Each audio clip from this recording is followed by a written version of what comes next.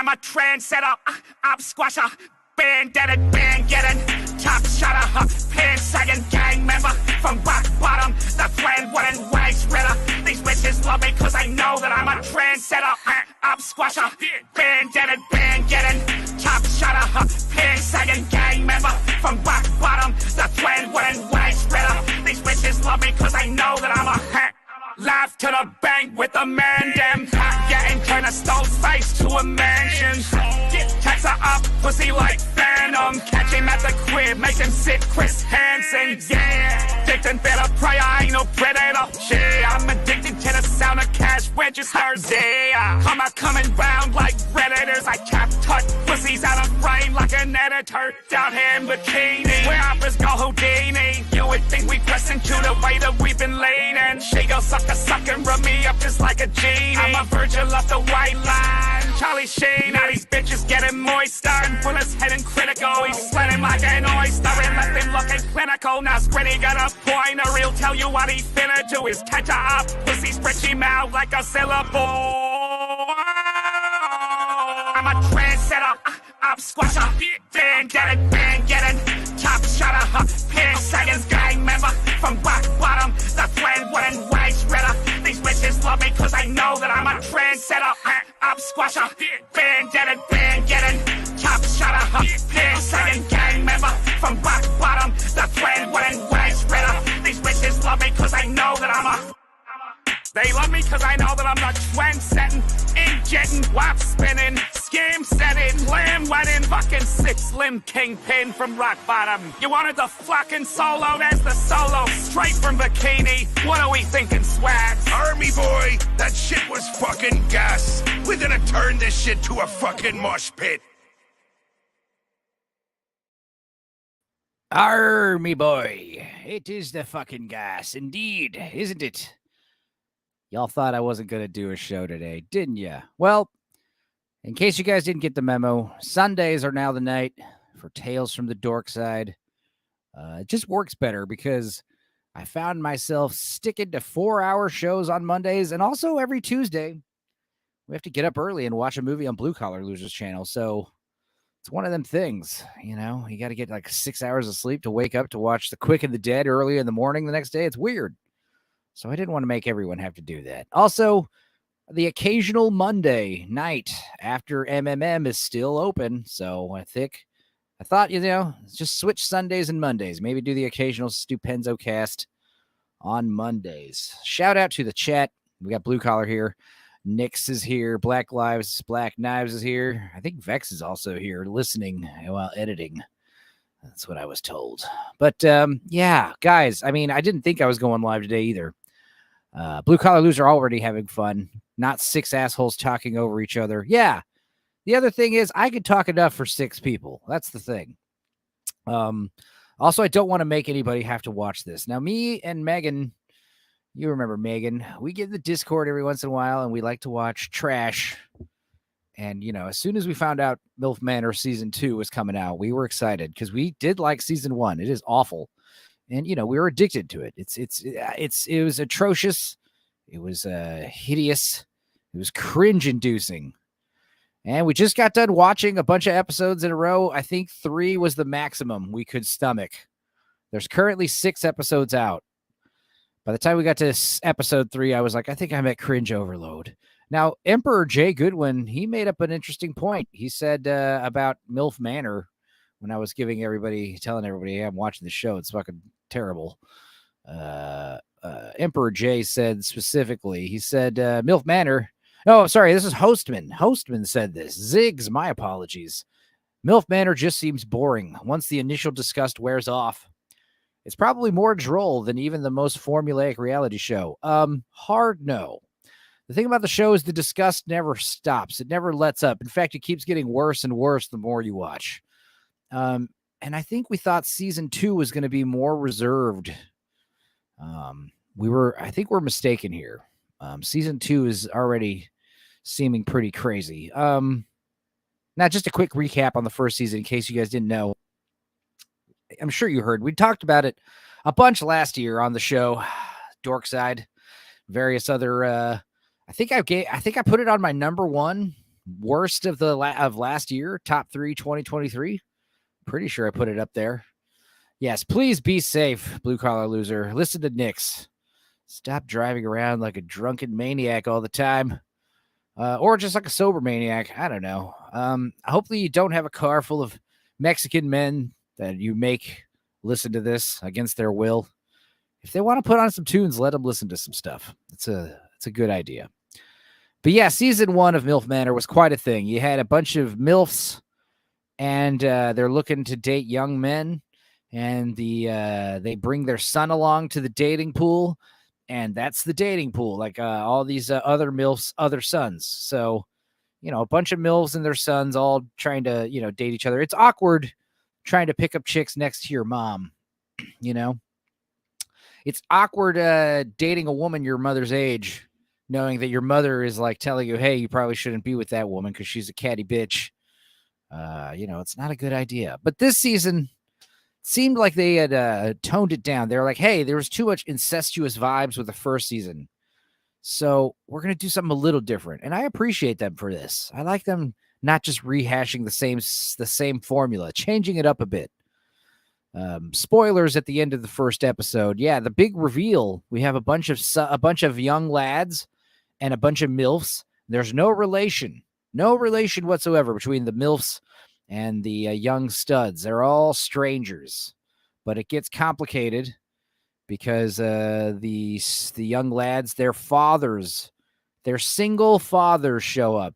That's the one thing these young lads could have realized is they all have single, attractive, successful dads, and their dads are introduced into the dating pool. So now you've got, like, instead of that dynamic of season 1, you've got man dating alongside his father as, like, father and son as competition for a middle-aged woman. Hostman's here, stopping in just before I go to sleep.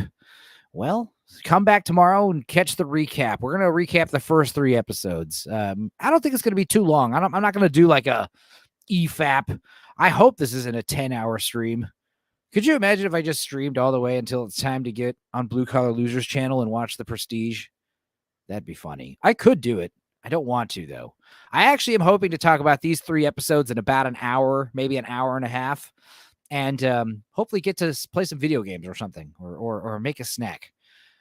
However, I don't know, if a bunch of people pepper into this room and want me to talk more about it, I could expand upon it, but I feel like I'll probably do a couple more of these, recap the show as it progresses. You probably would. Yeah. I saw EFAP guy Mahler talking about, timeism. What's it? Timesisms. What did he call it? He had a fun name for it. Being prejudiced against long videos. The chronophobia, he calls it. That's what it was. And I agree. I'm not afraid to go long. Now, I do know, what's it? MMM. They had a great show today. I was listening. I couldn't interact. I feel bad. When I can't really interact with the chat because I'm like busy doing stuff. Blue collar. Yeah, he leaves one comment in. He bounces. That's kind of what I do. I'll be like, hello. And everyone's like, hey, Enzo. And then I don't say anything after that. I don't know. I'm just like, I'm here doing stuff. I was unfortunately watching Milf Manor, though. It was pretty bad. You need to watch MacGruber with me, says Blue Collar Loser. Yeah, well, let's burn through it one of these weekends, old buddy. A short 10-hour stream, says Nix. Make it a 24 to be a proper one. Unfortunately, YouTube can't make a video over 12 hours long. I think that's the maximum. So yeah, you'd have to do 2 12-hour videos. I'm sure I could do it. Guys, if I ever get to 1,000 subs, I'll do like a 24-hour stream celebration. If I get to 500 subs, I'm going to do a big karaoke show. I've been saying that for months. I'm not going to lie, guys. I thought I was going to hit 500 subs a while ago. I was on a pretty steady trajectory up until Schlocktober, up until I fucked everything up with everything after Barbarella. Up to Barbarella, the channel was on a steady climb. I was getting, 3-digit views, 4-digit views on videos easily. Now I'm lucky if I get, over 2 digits on my views. I don't care though. For me, the videos are the reward. But yeah, that being said, if I do make it to 500 subs, I'm going to do a big old karaoke set, 5 or 6 songs. Hey, I'm only like 4 or 5 subs away from 400. How many do I have? Hey, I'm 3 subs from 400. So if I get 3 more subs, I'll send you guys another song. I know Jamma Lama's been asking for another song for a while. Jamal Amma, we like to call him around here. It's because Mahler says, Blue Collar Loser says, Mahler doesn't get normal people have this thing called a job. Even an hour stream can be a chore to listen to. Well, not if it's me. Not if it's me doing it. I like hearing my voice. I got to say, I do listen to some streams, and it is like listening to paint dry. Nobody in our circle or anything. I'm just saying I have tuned into some streams. I get recommended some streams sometimes from smaller channels. It'll be some random, like some horror guys talking about horror movies, and they've been making videos for like 2-3 years, and they have the same view numbers I do. And I'm like, okay, well, at least I'm not the only one. At least I'm not the only old man getting on the internet yelling at clouds about movies. So that's fine. But yeah, let's dive right into it, shall we, guys? Milf Manor Season 2. First of all, the change of scenery. The first season was in a beautiful little beach villa in Mexico. It was quite a vibe. This new season is in Canada. Ew. Now, I gotta say, first MILF. Oh, I probably shouldn't press play. Yeah, that's probably a good idea. I should probably skip forward like I'm supposed to. I gotta say, first MILF we meet right here out the gate. Lynette, hands down, my favorite MILF. Now, I remember thinking, she's attractive. She's a good-looking older lady. Voluptuous, blonde, white, good teeth, good curves, decent looking for her age. But as the show progresses, we learn not only that she's pretty good looking for her age, 50 years old, she's also easily the most reserved and level-headed of everybody here. Okay. It is funny watching everybody kind of, oh my God. It is funny watching everyone kind of, freak out about this somewhat above average looking house. I don't know. Nick says Canada is known for its romantic getaways, also boobies. I want to say it probably has something to do with some kind of filming permits or, tax write-offs filming in Canada. There's always some ulterior motive for why they pick the place. I'm sure there was last season for Mexico, but I got to say, yeah, exotic beach vibe is a much better thing. There is a big lake. This has like town lake vibes. But I don't know. You just need a place that's hot and humid, so that way everyone's just running around in their underwear. You couldn't do this show like in Minnesota in the winter, like a cabin in the woods. I mean, I understand that is also a romantic getaway, but it's much better when it's Titty City, when everyone's just like letting skin out. So yes, boobies, Nix, I agree. We've got 6 women, and this is Barbie. Now, Barbie, I think objectively is the most attractive woman on the show. She doesn't look old. She's got great teeth, a great set. She was like a Hooters waitress. And like she's going to say many, many times on the show, she was a stripper. She's very proud about that. You do find out that she's also very emotional. She seems to start to weep at the most minor inconvenience or controversy. She also needs to be the center of attention a lot. She's a handful. She's one of them spicy Latinas, which, I can get down with. Jay Goodwin, take me down to the big titty city. Yeah, so she's a woman. Yes, she's very much a woman.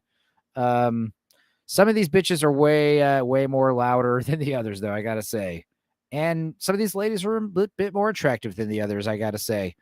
But we'll get into that. Let's see.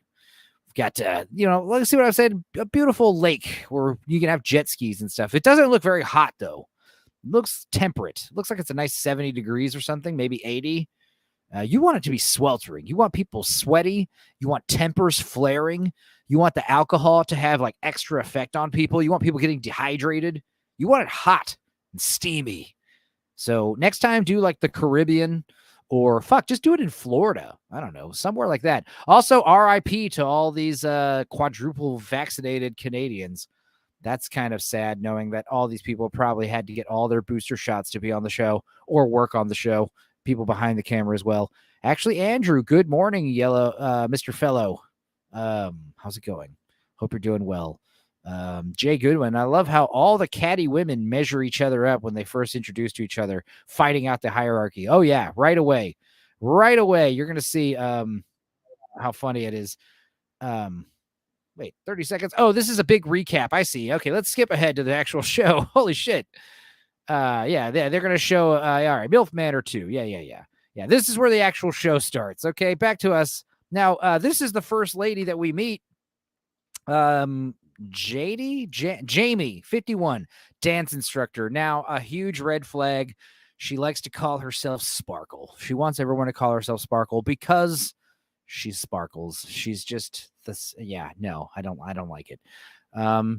We're gonna find out that she has a deep, dark secret that she's harboring from everybody. It's pretty fucking crazy. But that won't be until episode 3. So she looks harmless. She looks, stupid, ditzy. She's got something going on deep and dark behind that little noggin of hers and those veneers, or what are those? Braces, teeth, orthodontia. I don't know. She shows up. She gets to walk around the house first, though, which is cool. She gets to look at everything. She's like, "Oh my god, it's so cute! I love it." It just has to have this Airbnb quality to it. I don't know. And these gigantic windows. All these buildings are the same. They're all built like giant rectangular prisms. It's this stupid brutalism, this brutalist architecture. I don't like it. Nobody likes it. It's literally meant to subconsciously drain us of our inspiration. It's meant to make us lose willpower. Nick says Sparkle sounds like a stripper stage name or a dance instructor one. Yeah, she does a lot of Pilates. Now, unfortunately, there's no subtitles on the first 2 episodes, but there are some on the third one. So whatever. I don't have any audio, so I can kind of hear what they're saying sometimes. It's all stupid. I had to work very hard to get there. That's exactly what she sounds like. Jay Goodwin, I call myself Sparkle because, like glitter, once anyone touches me, they'll never be able to get rid of me. Yeah. Big fake titties. A lot of fake titties on the show. In fact, I think there's only 1, maybe 2 women, 3 women tops with real titties. It's debatable, though. Holy shit, right to the booze. As soon as we get here, just like, help yourself, folks. I love this, this motion blur we got going, this zoom blur going on. Hey, what's this? Oh, what's this? Oh, hello. It's time. It's tequila time. It's time for Don Jose. Look at this. They got like fucking brandy. They got Irish whiskey. They got tequila. The whole plan is get all these bitches out on this balcony and get them fucked up on liquor. I think she goes classy, though. They all go straight to the wine. They like wine. It's 11 a.m., so I have to drink wine. Yeah, she's so happy. Look at her. Look how happy she is, guys. Look, isn't that the eyes of happiness? She's very happy to have a drink. Oh my god, every one of these freeze frames is going to be hilarious. Anyway, enough about fucking Jamie. She's actually one of the least interesting bitches here. Yeah, Barbie. She's quickly cements herself as like one of the MVPs of the ladies. Not only because she's, very attractive. Let's be real here. She's a good-looking older broad.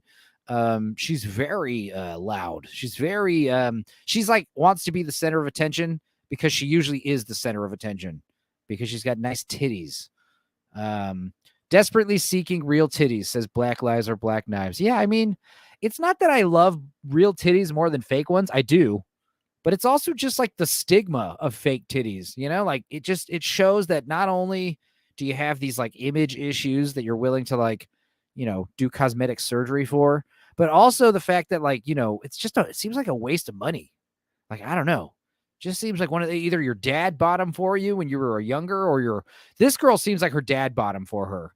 If she does have fake titties, she might, I think she does. She shows off many times that she can do those pectoral flexes. And when she does that, that's when you realize, oh man, I think they are fake. I thought they were real because when we get to know her backstory a little bit, she talks about how she was a stripper, obviously right away. But we do see that she was a Hooters waitress and she seemed to have had big titties then. And she was looking pretty good. But so one of those things where she probably got him at a young age. Which it's not the fact that she has fake titties. It's the fact that she asked her daddy to buy her fake titties. You understand? That's the red flag. It's strange to me. And honestly, I like little titties as much as I like big titties, guys. Little titties don't get enough attention. So yeah, I don't know. I just prefer it over big fucking plastic ostrich eggs tucked under your skin. But yeah, like you said, these two get out there in the balcony. They size each other up right away. They even start getting catty right away.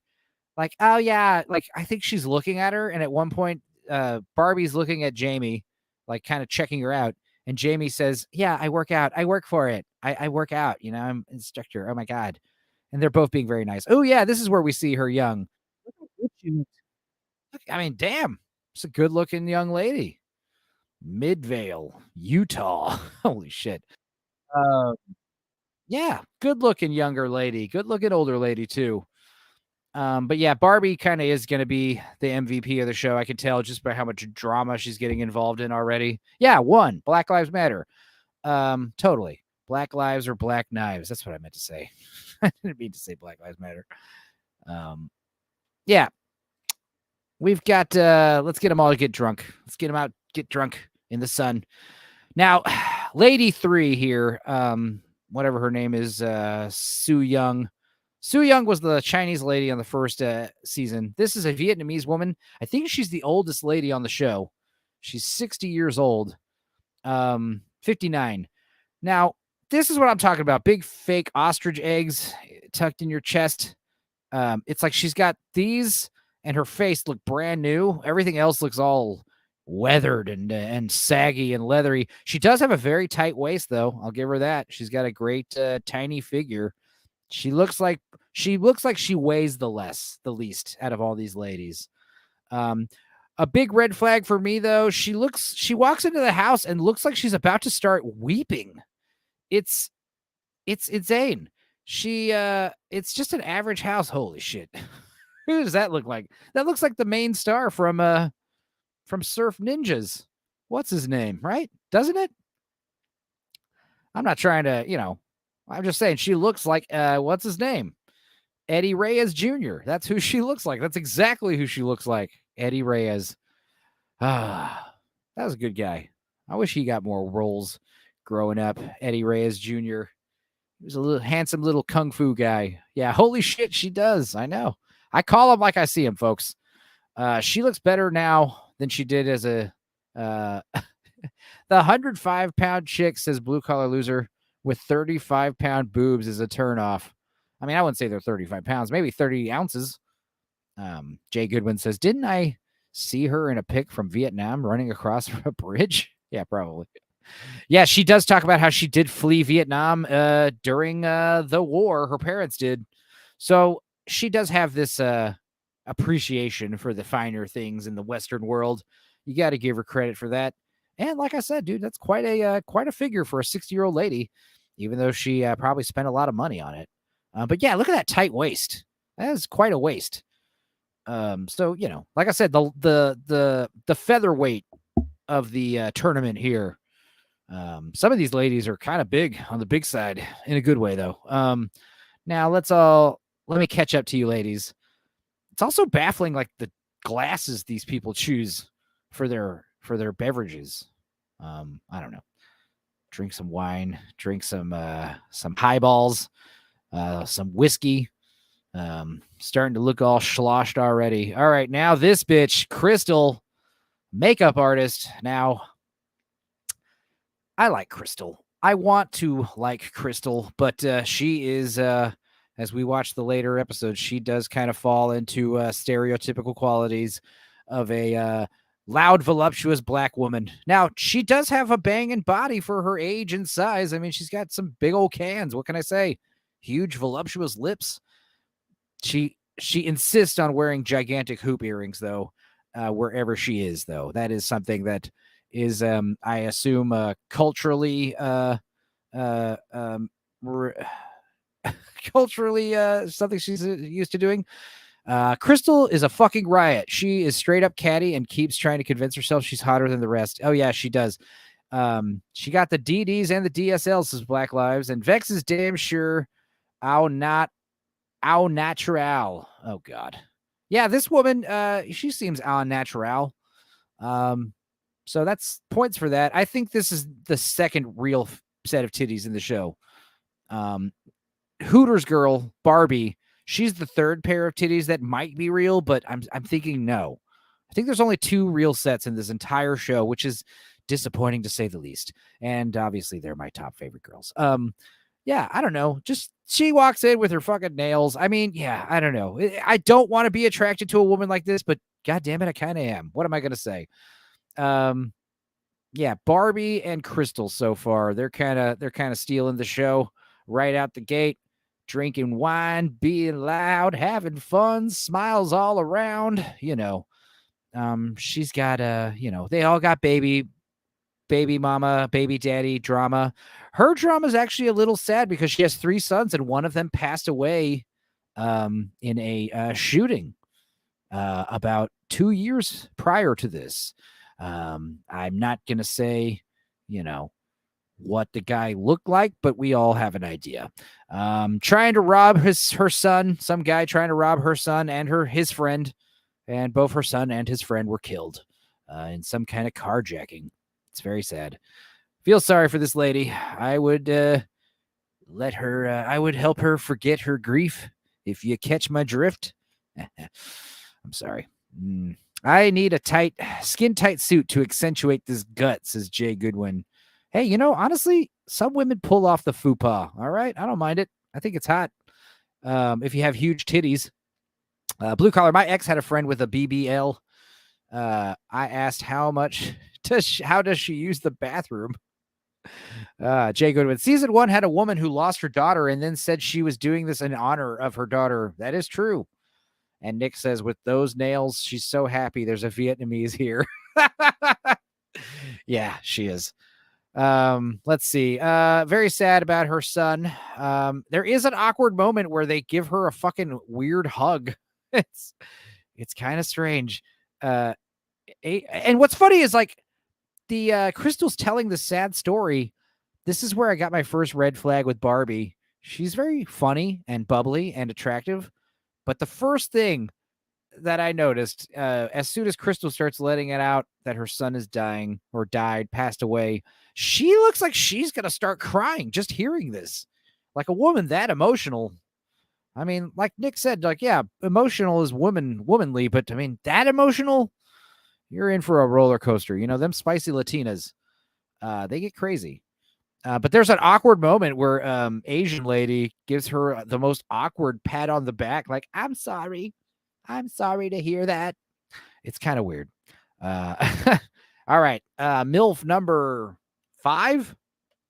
This is Christina, 46, public relations executive. Now, something about this lady from the very get-go, a bit, I don't want to say mannish, but she just seems like the kind of lady that gets her hands dirty, She's got kind of muscly. She looks kind of muscly and leather. She's got a tight body, big fake titties. She's got a country accent. She's got these almond eyes. It's just very these baby deer eyes. She seems like she's got some trouble going on, and I am correct in those assumptions. We'll find out later. She's not really my style, but if she's your thing, go for it. She's a good looking woman. I mean, I'm not saying I would never. But Christina, yeah, she seems she's got some funny hangups. She is pretty funny. And yeah, Jay Goodwin, those are some crazy eyes. She's got the crazy eyes for sure. Yeah, I don't know. The ladies really, like you said, just like they're all feeling each other out, getting the hierarchy down. And Milf number 6 is about to pop in. Yeah, oh yeah, she's talking about how she's a stripper, right? Right out the gate. Christina doesn't like this. Christina doesn't like her. She could tell that she needs to be the center of attention. She says that. And look who just arrived. Milf number 6. My favorite Milf of the show, just because of her maturity, elegance, womanly composure. She's not a ratchet ass bitch. And she's got big titties, so that's good. And yeah, Nick's Christina's jawline is a bit manly. Yeah, I agree. Blue collar loser. I mean, honestly, everyone is out of my league. They could have no legs and I'd be grateful. I mean, yeah, I'm saying probably, if you had to, you would with every single one of them for sure. But I mean, we're talking like, pick your favorites, it's a delicate balance here. We're talking fuck, marry, kill here. Are we talking like have a one night stand with probably the big titted black bitch, or maybe Barbie. Barbie's hot. But if we're picking like literal relationship status, you guys are going to learn. You guys are all going to be on team Lynette. Jay Goodwin says blue collar, of course, since they'd finally be shorter than you and couldn't run away. So yeah, that does make sense. Anyway, Lynette, she comes up just running. Not only, the tallest woman too, I'm noticing. She definitely has this Amazonian vibe. I was saying these two together, hello, salt and pepper, kind of a dream team. And like these two couldn't be further apart from each other, not only physically, but personality wise as well. But hey, we can make it work, ladies. There's enough Enzo to go around. You know what I mean? Blue Collar Loser says I could use one as a backpack. Or if they had their legs, they could use you as a backpack now. Did you ever think of that? I bet you didn't. Blue Collar Loser. Tiny man. He drives with a booster seat and one of those big long shoes with the big huge elevated heel so he can hit the gas pedal. Blue Collar Loser says, Nix, those high-end top shelf drinks are out of your league. Yeah, Blue Collar. Yeah, I was going to say, if you're going to stop sending all this money to your YouTube friends and Critical Drinker and stuff and just start buying yourself nice booze instead. We won't mind. We will say, hey, save that $5 for yourself. Stop drinking sugar. Blue Collar Loser says, I'm losing weight. I'm currently too fat. So you're short and fat. That's great. Good job. Okay, well, let's continue. The ladies getting to know each other. You see what I'm saying? There's something about Lynette that I'm just drawn to. I don't know what it is. I can't really quite put my finger on it. Something. She's also got nice teeth and beautiful green eyes. I can call her Meow. I could call her Mao Yin. My little Mao Yin. Yeah, that's my cat's name. Yeah. She got them green eyes, them new veneers, brand new teeth. Yeah, she looks good. Now, Asian lady, she seems to be balding. You know what I mean? Yeah, I don't know. Her neck has the same thickness as the wine glass she's holding. She's a little too skinny for me. Jay Goodwin says Blue Collar Loser is just trying to get in shape so he can wear that skin tight outfit again. Yep. And Black Lighters or Black Knives says titties. All right. Hell yeah. Now let's get started with the actual show, folks. Enough of the getting to know you shit. Asian Jada Pinkett. That's funny. So yeah, let's get to the boys. Where are the boys? Like a few minutes left. And I think they leave them alone for like 2 hours so they can just get drunk on this patio. Like they're all liquored up by the time these boys show up. They're like, if you're wondering where the cocks are, girls, just look out on the lake. And they're like, what? They have to. Oh, it's funny though, because this is actually pretty funny. Barbie says, hey, I got a text on my phone, but I need my readers. I can't see what it says without my readers. So she has Jamie read it for her. That was very funny. Old age. I'm lucky that I don't need glasses at my age yet, especially how much I sit in front of a fucking computer. And the fact that I'm like probably pre-diabetic or whatever the hell, everyone's pre-diabetic. You're either diabetic or pre-diabetic in this day and age. So, ladies, look out on the water. You'll find all your handsome dicks out there waiting for you. Yeah. Here they come. Here come the dicks. Now, from the very get-go, I gotta say, me and Meg were very disappointed with these gentlemen. Like all the females were like, okay, they all have ups and downs. A lot of these guys, mostly downs. Yeah. First guy that gets off the boat, I think his name's Christian. Yeah, we get it. We know their names. All right, now he wears these stupid Converse shoes with long white socks. He's got this dumb blazer on and a black t-shirt, black pants.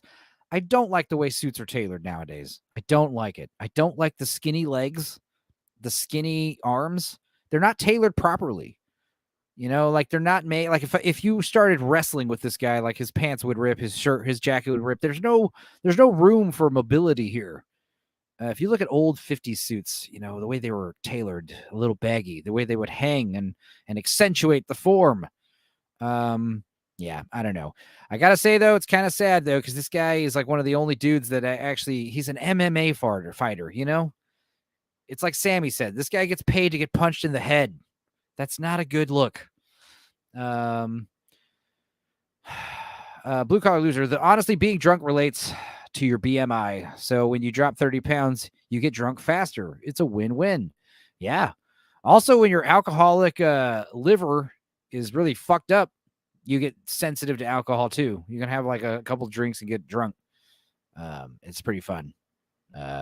Jay Goodwin, this boat is full of metrosexuals of dubious heterosexuality. That is true.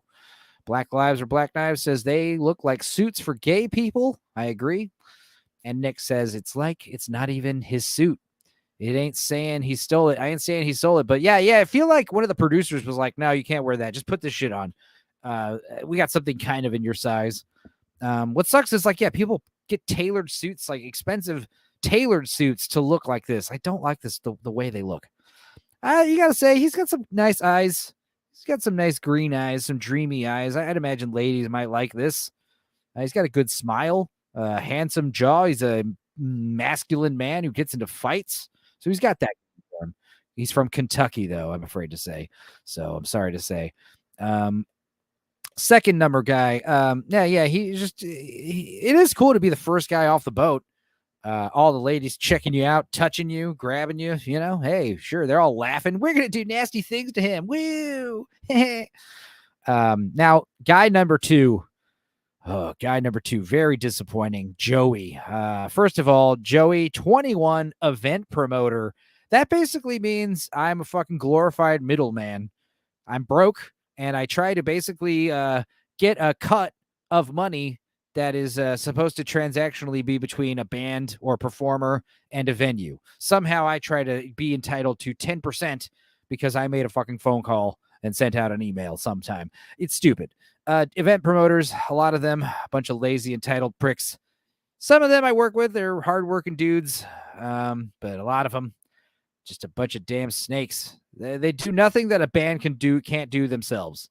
A performer or DJ or artist with his own talent company, they can book their own shows. Event promoter, that could also mean he just hands out flyers. It really doesn't mean anything. He's not like an event executive. He's not putting on events. Technically, this is such a vague term. Technically, you could just be retweeting shit, sharing posts on Instagram, and that is technically an event promoter. So, basically what I'm trying to say is Joey probably don't have any money. Also, he wears the gayest pants I've ever seen. Again, back to the way these clothes fit. Event promoter is about a legit as title as Instagram model or serial entrepreneur these days. Yeah, exactly. Damn dime a dozen. Look at the way he puts his hands on his hips and the way his last guy had high white socks. This guy has no socks. But again, the way the fucking pants cling to men's legs and make them look like little fucking stilts. It's not cool. Your pants need to have some flow to them, especially if you're a big fat guy like me. So yeah, run up the stairs awkwardly. And also he just has these very stupid faces, Joey. He's kind of a little mongoloid boy. I'm sorry. I hate to say it. Somebody had to. Crystal, she's very attractive to first guy came off the boat. She's also into this guy. She likes his eyebrows, his curly hair. She says he looks Italian. Ain't no way this dude is straight, Joey. Yeah, who knows? Bubblegum butt, says Jay Goodwin. And Nick says, isn't event promoter one of those jobs like sign spinning? Yeah, he could literally be a sign spinner. And you could say, I'm an event promoter on your resume, because people use that fucking gay flowery language to make themselves sound better. Like I say, I'm a graphic designer, illustrator, but if I wanted to be an asshole, I can say I'm an art director. Like when I do a poster when I do all the branding and posters and visual media and ads for a music festival, I could easily say I'm the art director. I'm the one who decides what everything looks like. But no, I'm a damn I'm a Photoshop expert. That's all I am. All right. It's nothing. Yeah. But yeah, if I'm applying for jobs and I need to put stuff on my resume, art director. That's what's going on there every time. Now I gotta say, this young lad, Megan liked him right out the gate because he's white and she's racist, but also because, he's the only guy that's kind of dressed decently. And also he's British. So Lance will like him. And I gotta say, I came around to him as well. He's a young, sharp lad. He seemed a little Pride and Prejudice for my taste, like Downton Abbey, like put him in an old timey suit in a carriage and he'd fit right in. But honestly, that is an appealing thing about him. What's this boy's name again? We're gonna show it. Jacob. And he's 23. He's a fitness professional. That's the other thing. So this guy, he's cut. Like, doesn't mean he has a lot of money, but he has a more stable job than event promoter, being a fitness instructor at a gym or whatever. But also, that just means right off the gate that he's probably, sculpted like a Greek god. British, says Nick. So he's the villain? No, actually, he's a pretty decent guy. Good job, Jacob, for being a good influence on everybody. I'm hoping my English accent will help me stand out. Yeah, of course. Women like that shit. All the ladies like Jacob, especially Kelly Mack. Ooh, Kelly Mack. That's not her last name. Like her name is Kelly Mack, and she's a Pilates instructor. That'd be weird getting some kind of fitness instruction from a 60-year-old, but whatever. She looks good. She's got a thin body, so it's mostly like, what is she eating? Or importantly, what is she not eating? She's probably not eating all that fucking American crap. She probably just eats like actual Chinese food. If you ever make real Asian food, it's usually just some kind of like stewed meat in a broth with a bunch of vegetables. That's usually it. And maybe some actual, like some noodles or rice. Noodles made out of rice. Now, this young lad, I think he's the daintiest of all of them. I don't know. He just, yeah. He seems very, he's got a strong jawline, which is good, but that looks like the only thing that's strong on him, and his damn Joaquin Phoenix eyebrows. But, yeah, poor fella. Sam, 24, telecom sales. Okay, so he basically cold calls people in a fucking conference room and, tries to convince people to buy shit. Awful. Can't believe those jobs still exist these days. Well, with caller ID and, all that stuff. Shake hands, size everyone up. Now, this guy, this is like better looking dude, better dressed dude. Miles. What they do to Miles on this show is so fucked up. I gotta say, what they do to this young lad on this show is probably more fucked up than I've seen on anything on the last season 1. But we'll get into that later. Miles, he shows up wearing his awesome little tight little polo shirt tucked into his little pants. His clothes seem to be fitting properly. You know what I mean? He seems very soft-spoken, very polite young man of African-American or perhaps mixed African-American descent. I don't know. Good-looking black guy, sure. Obviously, Crystal looking at both these young black studs. She's into it. Yeah, everyone's smiling, popping champagne, hugging. Introductions all around, boys. I want to say there is no other men. That's it. So that's why it's interesting. You've got 5 men and 6 women. So one of these ladies is not going to be lucky. And that is where some eyes are being thrown around. Someone's going to get left out. So coming up, oh God, that's quite a tongue, which is, kind of a turn on. She's got a big, long Gene Simmons tongue, but that's coming up. All right. So, yeah, more coming up. So back to where we are, everyone getting to know each other. This is awkward. Joey singles out these 2 ladies right out the gate and says, "You 2 are the most beautiful women here." First of all, don't shoot yourself in the foot and say something like that, especially when it's a lie.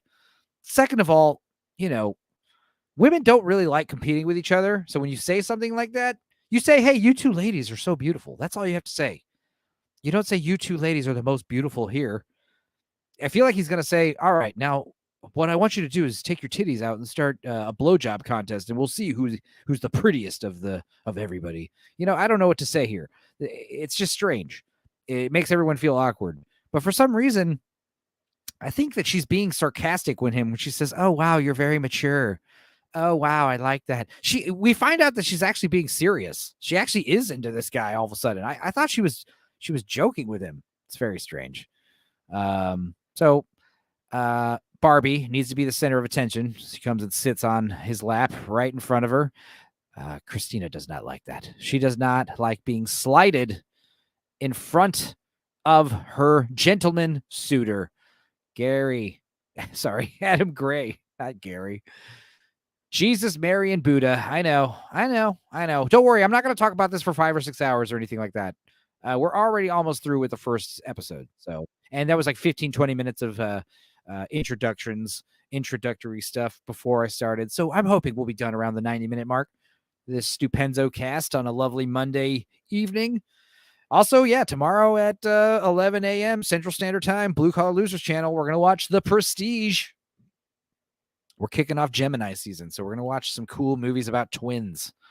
But you are talking about it, darling. Yeah, I mean, I want to talk about it. We're only talking about the first 3 episodes. So I don't want to talk about it for 10 hours is what I'm getting at. Although I could. Barbie, she's getting the cue to leave. She does. These two are having a moment. They seem like they'd make a good fit, if you know what I mean. Everyone's being polite. I want on the Prestige, says Adam Gray. Yeah, Blue Collar, you hear that? Send Adam the link. It'll be 11 a.m. tomorrow, Central Standard Time. So I think that's 10 a.m. for you. Jesus, just FYI. So a.m. Remember, Blue Collar Loser. Christ, maybe I should season recaps with Enzo. Got to find a way to do Mayor of Kingstown. Yeah, I'm really good at recapping stuff, guys. I'm really good at narrating what's happening on the screen. I'm really good at summing up synopsis. Okay, I can expound. All right, so everyone's flirting, hitting on each other. It's awkward, but it is awkward because it's like, I hate to say it, but yeah, I don't know. It's like there's 3 hot milfs and then the rest. I don't know. I don't know. Now I would say Lynette, she's probably not everyone's cup of tea. Physically, looking at her, she does look, her age, but I appreciate that. She does look like she might need to lose a little weight, but I appreciate that. But you know what? I would say once you start seeing her personality come through, at least on these first couple episodes, I think you're going to come around with Lynette as well. However, she could turn out to be a total stark raving bitch once we see. I mean, there's like 7 more episodes, so who knows? Adam Gray says there's an AM now. Yeah, it's brand new. Blue Collar says it's 2 a.m. for me now, so 10 hours from now. I'll send you the link on Twitter when I get home. And Blue Collar, his wife, might agree, says Adam Gray. All right. So the ladies doing the dishes. Oh, they find the Rilfie room. Rilfie. Also, Lynette, she's smart. She's the only one that puts it together and knows that Rilfie stands for anybody? Room I'd like to fuck in. There you go. This is the fuck room. There's literally a fuck room. Nick says it's almost 9 a.m. there in Transylvania. So you're safe from the vampires for another day. The sun has risen. You will live to see another dawn. All right. So the MILFs are all fighting over, I want the fuck room. Jay Goodwin says next to that is the roofie room. Yeah. These bitches don't need no roofies. If anything, they're going to roofie these boys. Adam Gray, Jesus, you kids, email is a thing. It works. Amazing. Yeah, but emails for boomers. Yeah. The email threads are strange, but I appreciate you guys doing email threads. If you want, Adam, I can email you the room code, the StreamYard link for tomorrow for the Prestige. Common people, what the actual fuck is going on this channel? We're talking about Milf Manor Season 2, or more specifically, I am talking about Milf Manor Season 2 with first 3 episodes, just because I just saw it, and I need to get it off my chest. Black Lives or Black Knives. Next to the roofie room is the B-Sides room. Wait, those are the same thing. Jay Goodwin, Black Lives or Black Knives. I wish I was roofied before B-sides. Yeah. Can you email a link? Yes, Blue Collar. God, you're stupid. Adam Gray, coddle me. I'm old and easily confused. Yeah, I know. We all are confused. Especially common people. He's like, what the hell? Yep. I also wanted to do this stream to kind of remind everyone that Tales from the Dork Side is now on Sundays, and you may occasionally get a Stupenzocast like this on a Monday, late night. Blue Collar Loser. Yes, he doesn't know how emails work. All right. So continuing with the ladies. What's happening now? Oh, yeah. Time for everyone to pick names. Everyone's got to pair off. So one of these ladies is going to be the host for the next challenge, and the other ladies are going to pair off with young gentlemen. So, is it Quiplash yet? Shit, should we do like a guest, a chat only round of Quiplash after this? We could try it. We'll see what's going on at the end of once we're done talking about the first 3 episodes. We'll skim through this real quick. So they all have to pick a name out of the hat. It's revealed that Barbie is going to host, and all the ladies get to pair off with other gentlemen, and some of them are not happy with their choices. Jamie gets to pair off with Joey, even though Joey was kind of having a thing with Christina. Jay Goodwin says he's going to crash, so maybe no Quiplash. I don't know. But good night, Jay. Thanks for stopping in. We'll let you know how these other 2 episodes of Milf Manor are. They are disturbing. Like I said to like Hostman, they do get progressively worse. The disgust never wears off. In fact, this episode's light. So yeah, everyone's pairing off. Barbie gets to host. She gets Sam, little boy toy. Crystal gets handsome Chris. Yeah, she was very happy that she got Chris. Chris looks like the best looking guy ever in the contested pool. And yeah, coming up. So here they come. They all come out. Now this is where we realize, like, okay, maybe real. These are definitely real. And yeah, what's her name? Lynette, also real. Everybody else, fake titties. Now this is where Chris goes from one of the handsomest guys here to probably one of the least handsomest guys here with this tattoo. Megan was like, this is a tattoo of a dragon. I'm like, no, that is not. That is like the Cowardly Lion or something. We'll get a closer look at it in a second. Now, Jamie, good looking enough. This boy, though, this pudgy mess. This is like, this is she definitely didn't luck out on this draw. She's got to press her body up against this flabby man. Jay Goodwin. I'll email you what you miss, says Common People. And Adam Gray says, cheers, Jay. I just watched a great Carmen Miranda movie, and I'm exhausted myself. Hell yeah. Is that Bagface, says Adam Gray? That's definitely Bagface's mom. I don't know. I believe you, though. I don't know. I'll take your word for it.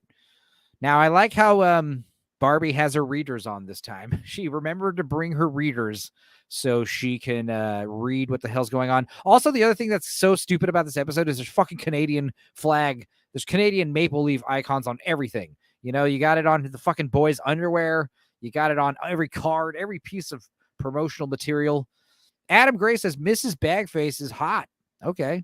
Bagface's gayer cousin Sagface says Black Lives. Yeah, all right. I'm digging the glasses and the hair up look. I'm digging it. Looks good. She's also got hoop earrings. She's appropriating Crystal's culture. Anyway, so the goal is they have to take this fucking now it's not real maple syrup. All right. That's what I assume. I would be so upset if this is legit real maple syrup. 100%. This has to be, that corn syrup maple flavored crap, because this would be like a waste of hundreds of dollars right here, if not $1,000, This is a lot of money if this is real maple syrup. Now, granted, it does literally grow on trees in Canada, but it still doesn't mean, supply and demand, How much is a fucking jug of maple syrup? Maple syrup price per gallon, especially in this economy. 100% gallon price. 1 gallon of pure maple syrup is about $45 to $50. Yeah. Jesus. So yeah. 50, 100, 150, 200, 250, 250, 500. Oh my God. Yeah. There's about $750 worth of maple syrup on each of these tables. If that's real maple syrup. You see what I'm saying? Oh my God. I'm a Mrs. Butterworth man. I got a real bottle of the authentic Mrs. Butterworth behind me. No, wait, I'm sorry. I'm thinking of Aunt Jemima. I've got some antique Aunt Jemima behind me with the label and the body. She's great. Look her up on his channel. Mrs. Bagface. Okay. Mrs. Face is hot. Can confirm. All right. Cool. Well, is she funny? That's how you win my heart. All right. So bunch of fake maple syrup. And the idea is we have to slather it all over our bodies and then walk over this fucking line, and the syrup that is on your body you have to scrape off, and whoever gets the most syrup scrapings in the jar wins. It's a stupid contest. The whole goal is to just slather yourself up with viscous sticky fluid and then touch each other. Now, I was kind of taken aback by how much bigger Christina's right titty is than her left titty. Is that just me? Or is she just flexing weird? I think this looks like it's a full cup bigger. Oh, well. Still would. Oh, well. Yeah, let's slather them up, ladies. Get them all sticky. Now, this is what I was saying. Chris, he went from being one of the handsomest guys on the show to the least handsomest guy on the show because of this tattoo. This looks like fucking Aslan from The Lion, Witch, and the Wardrobe. And two big circus stars on his shoulders. I don't understand what the hell is going on with this tattoo. Barbara's here. We have Milfs at home. Yeah. I don't have Milfs at home. I got Milfs at the local karaoke bar, though. Nix, we need more e-fapping on them titties. Yeah, that'll happen. That tattoo is birth control, says Adam Gray. Wow. Yeah. Imagine if you're on top of this individual, having sex with him as a woman, heaving and hoeing and thrusting and doing pelvic squats on top of him, and you're locking eyes with this. I can't, like, this lion is like looking at you right in the eyes as you're fucking this guy. That would be, and then he's making this stupid face also. Hey, I don't know. I would have to have sex with this guy doggy style only if I was a woman. It's the only way. Thanks, Jamma, says Adam Gray. I bet Adam has the same tattoo. No, Adam seems like the kind of guy who doesn't have any tattoos. Or if he does, he's got like one tattoo on his bicep. You know, I don't think Adam would be covered in ink. Also, tattoos have been kind of ruined by posers who've covered themselves in stupid tattoos. So anyway, yeah, that's an atrocious tattoo. Like I said, he was a very handsome guy until he took his goddamn shirt off. Awful. Tattoos can be deal breakers, folks. It's funny because it's so ridiculous, says Jamma. Yeah, I mean, the idea that Adam Gray is covered in neck tattoos and shit, that would be funny. I see what you're saying. Barbara Lawrence, Jamma Llama, Adam has a lot of tattoos, but none are as heinous as this. Awesome. Common people, I don't understand why you have to be a woman to have sex with him. Well, that is true. The only way I could have sex with him is if I was a woman. So let me put it that way. Black lives are black knives. Barbara Lawrence, surely you're better than the MILFs at home. I agree. All right. Slather everybody up. Do this stupid contest. Yeah. Here's some big old titties for you. Fucking Jesus. Nix, you pervert. Yeah. Barbara starts getting Barbie. This is Barbie. Barbara's in the chat. Barbie starts getting a little jealous. She's starting to feel a little left out. She wants to get all sticky. I feel like she's lucky she's not getting covered in all this fucking high fructose corn syrup, you know? But yeah, they are kind of rubbing it in, if you catch my drift. They are, having all the fun without her. She does kind of notice, Christina, that that young British boy, Jacob, has a huge wang and a bunch of abs. The dude's cut for sure. Yeah, he's got a big old dick that's getting hard. They're literally bringing attention to this. And this is where I was telling Meg, I wish this show was just on Brazzers. I wish this was just like a full-blown porno. Wouldn't it be? I think it'd be more entertaining. Like if we just did a mainstream pornographic reality show, and it doesn't even need to be like X-rated. It doesn't even need to be like full-blown sex scenes. I mean, it could be, but it could be, just, uncensored, no blurred out shit. His dick's getting hard. Show us a picture. Let's see his dick getting hard in his shorts. Let's see what you're talking about. When these ladies start pulling their titties out, I want to see them. Jamalama, Barbara Lawrence knows. Jamma knows Barbara. That's what he's saying. Also, Black Lives looked up Bagface's mom. Won. All right. Cool.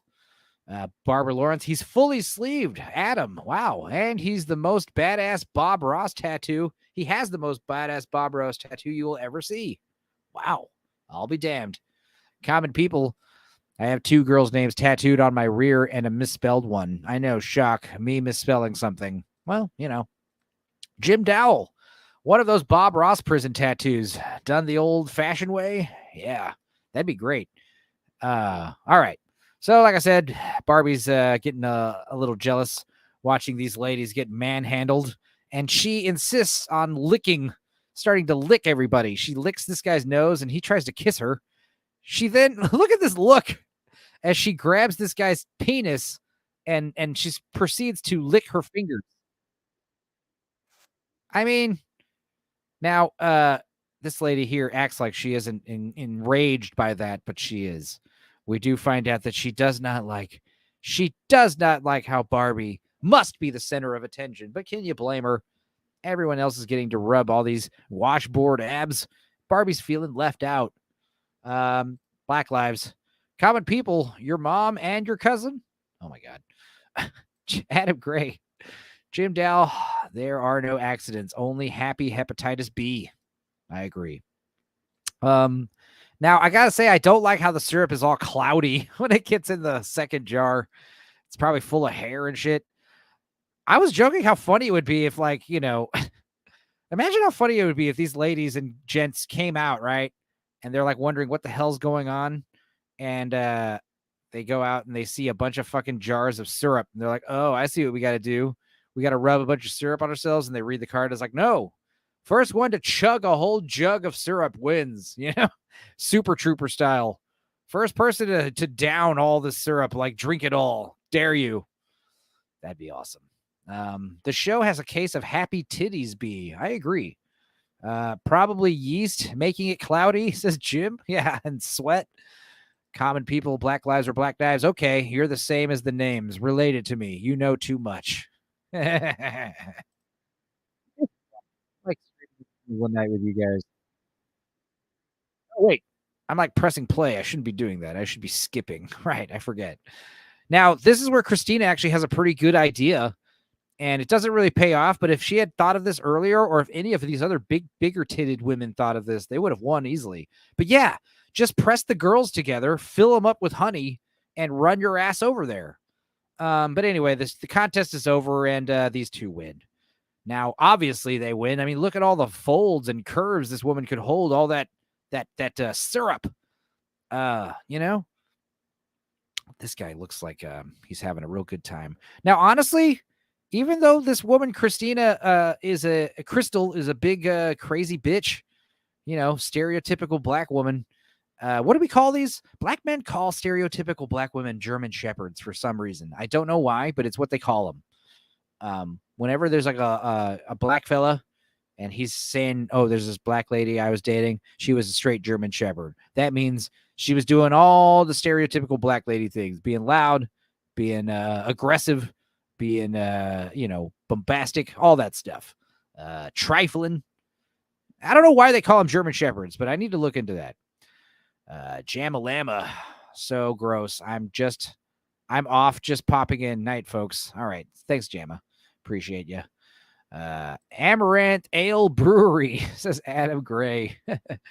Common people, I think the left out MILF is the hottest so far. Yeah, objectively, she is the hottest. But however, she is insanely emotional and very, she's an attention whore.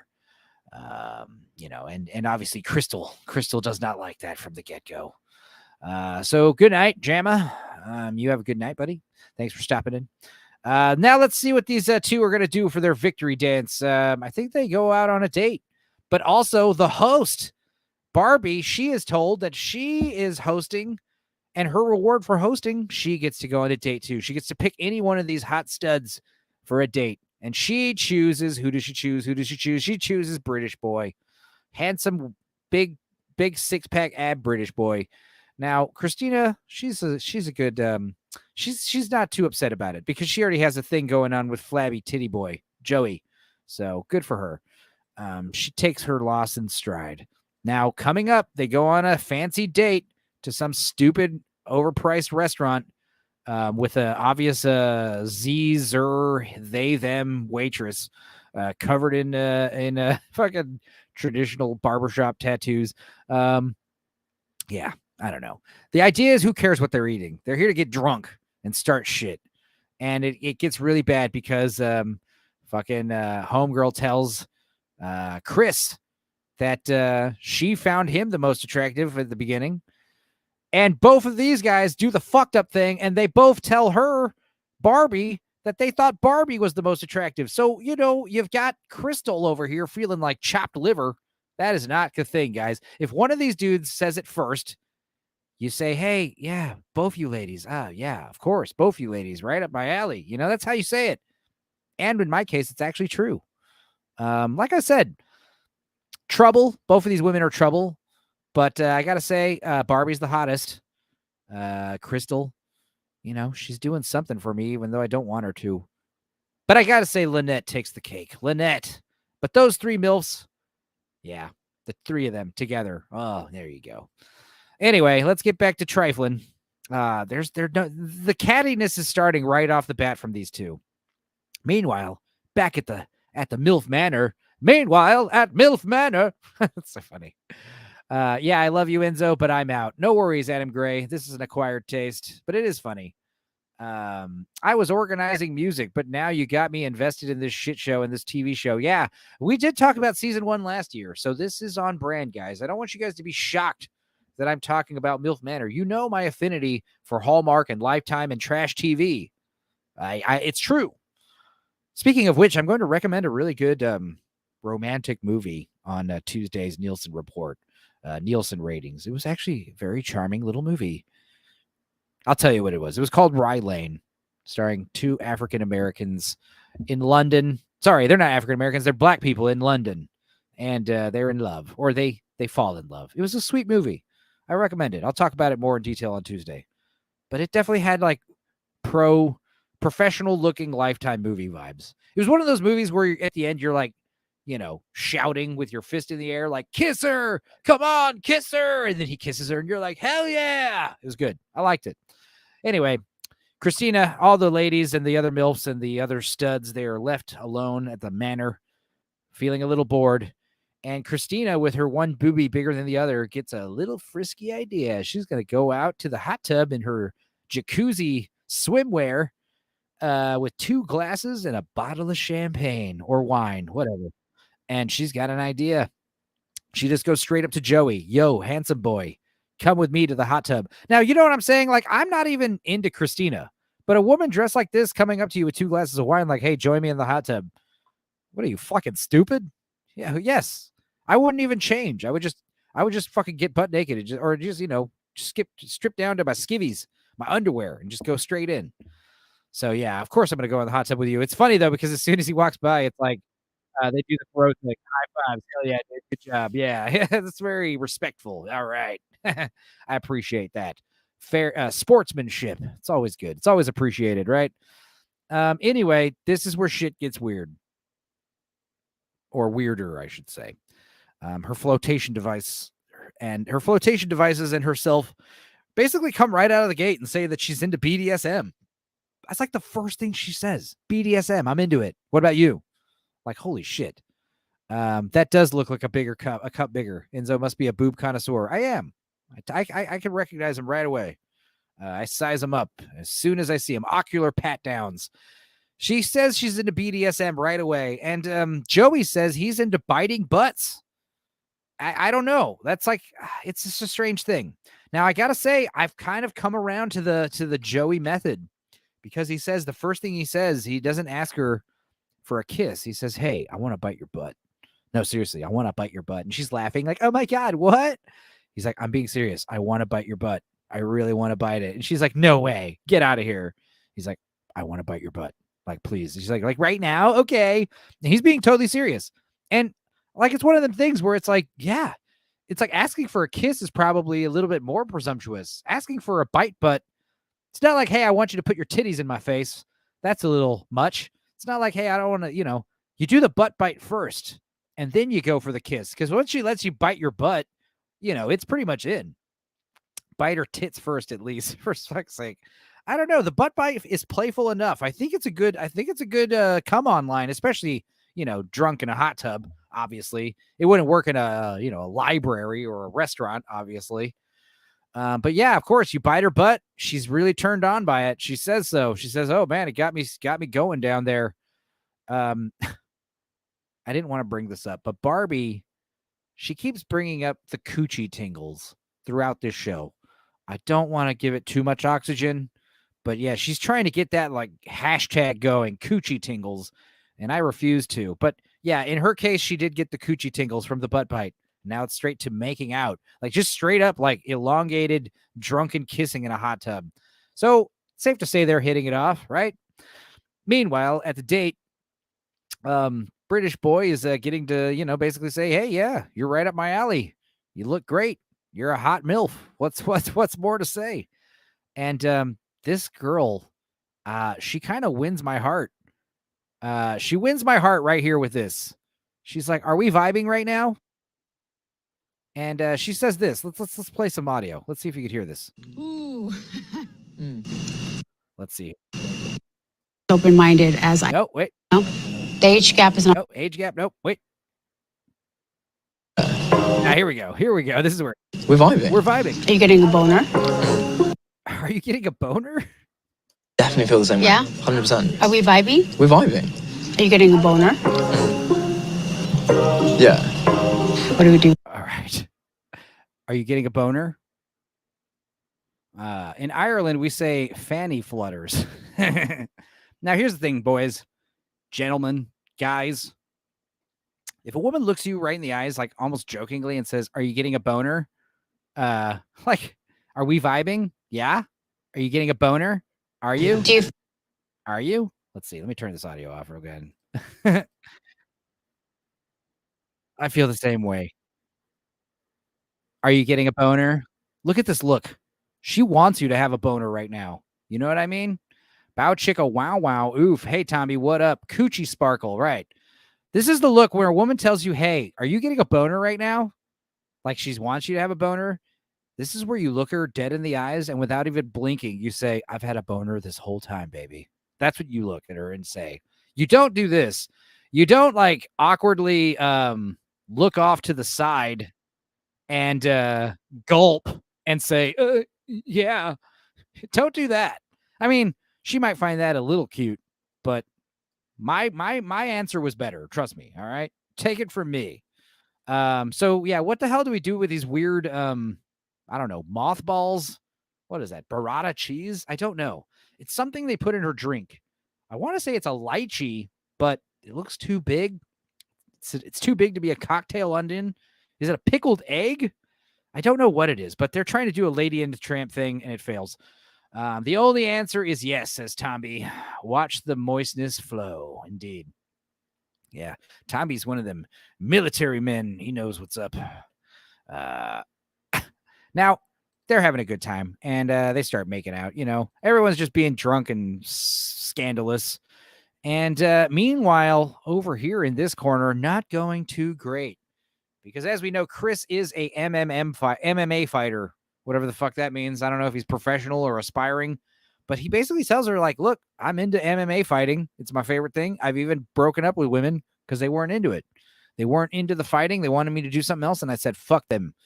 And obviously, she basically tells him, "Hey, that's a deal breaker." Enzo would rather watch Gilf Manor if he could. I mean, if they were hot gilfs, yeah. If they were old bags, I mean, that would also be a fucking hilarious train wreck. But Me and Meg were talking about the only logical step after this is DILF Manor. Surely they're going to do DILF Manor later, which we'll get into the logistics of that in a minute.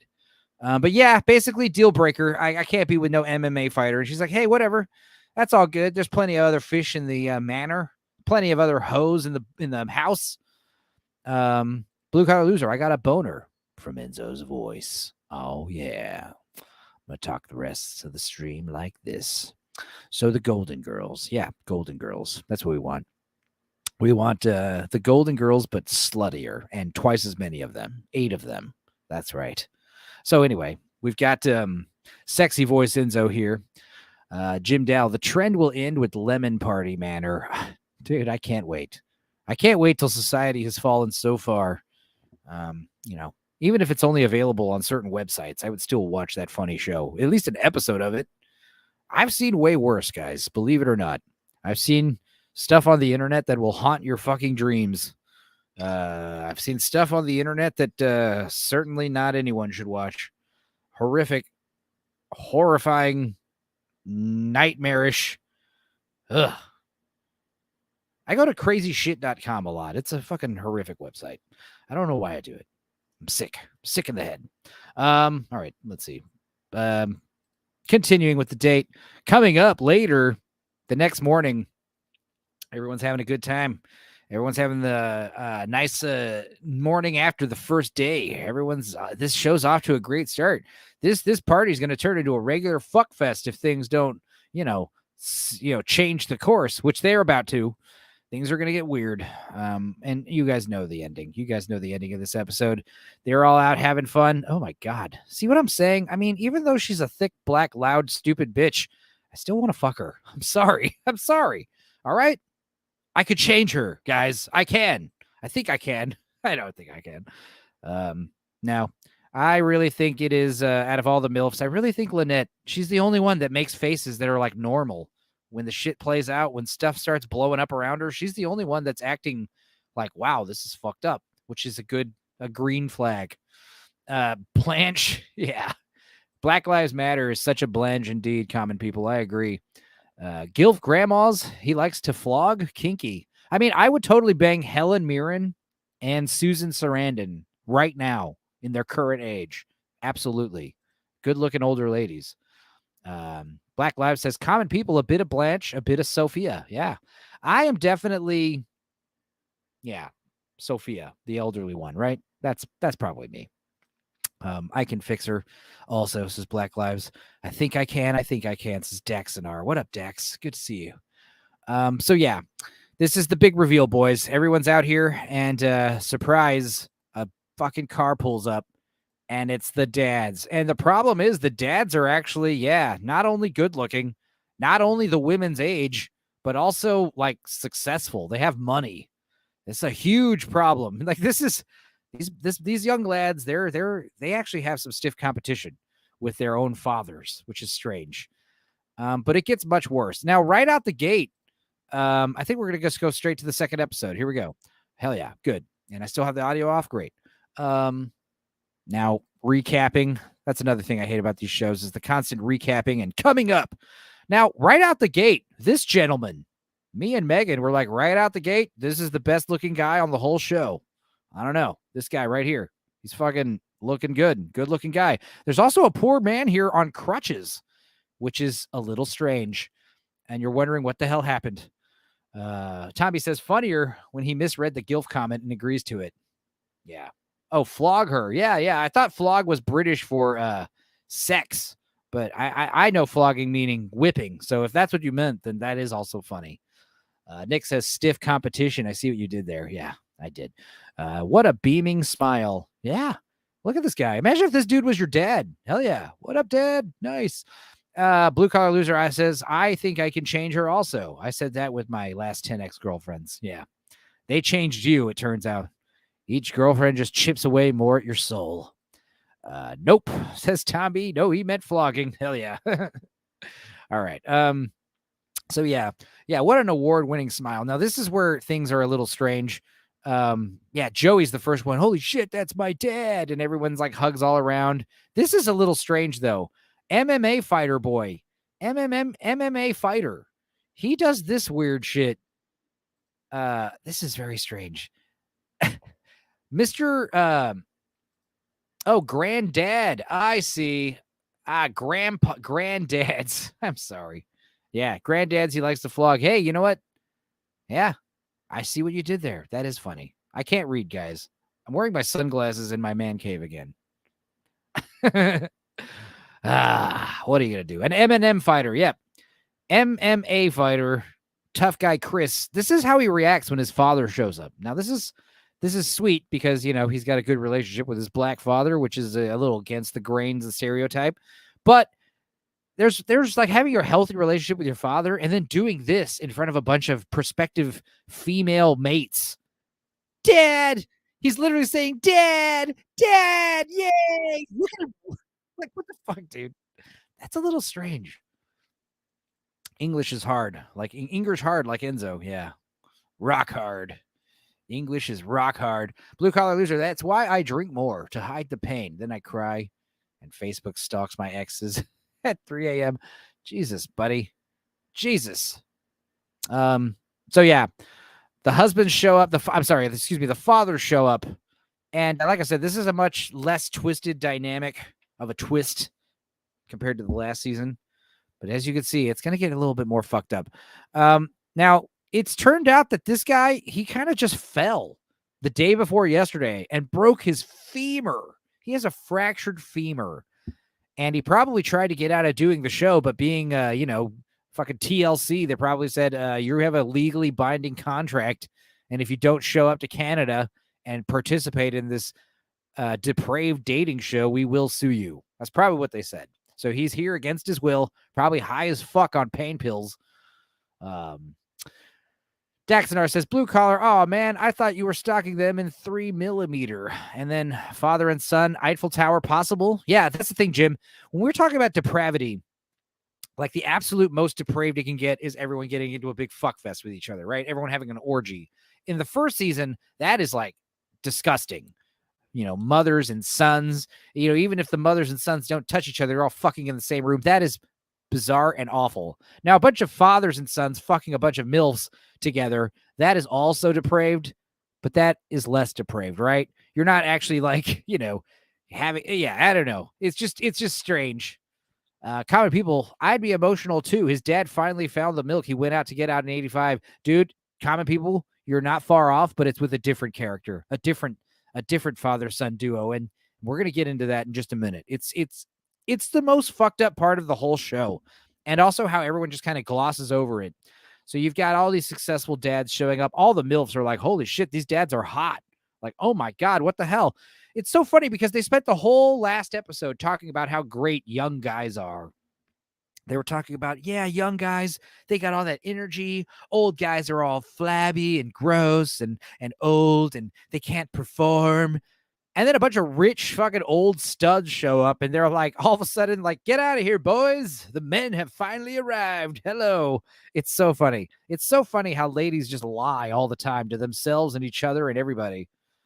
Blue Collar Loser says he wishes he was joking. Blue Collar Loser, no wonder your exes give you shit. Black Lives Matter. Black lives are black knives. Common people feels represented. He knows all about fathers and milk.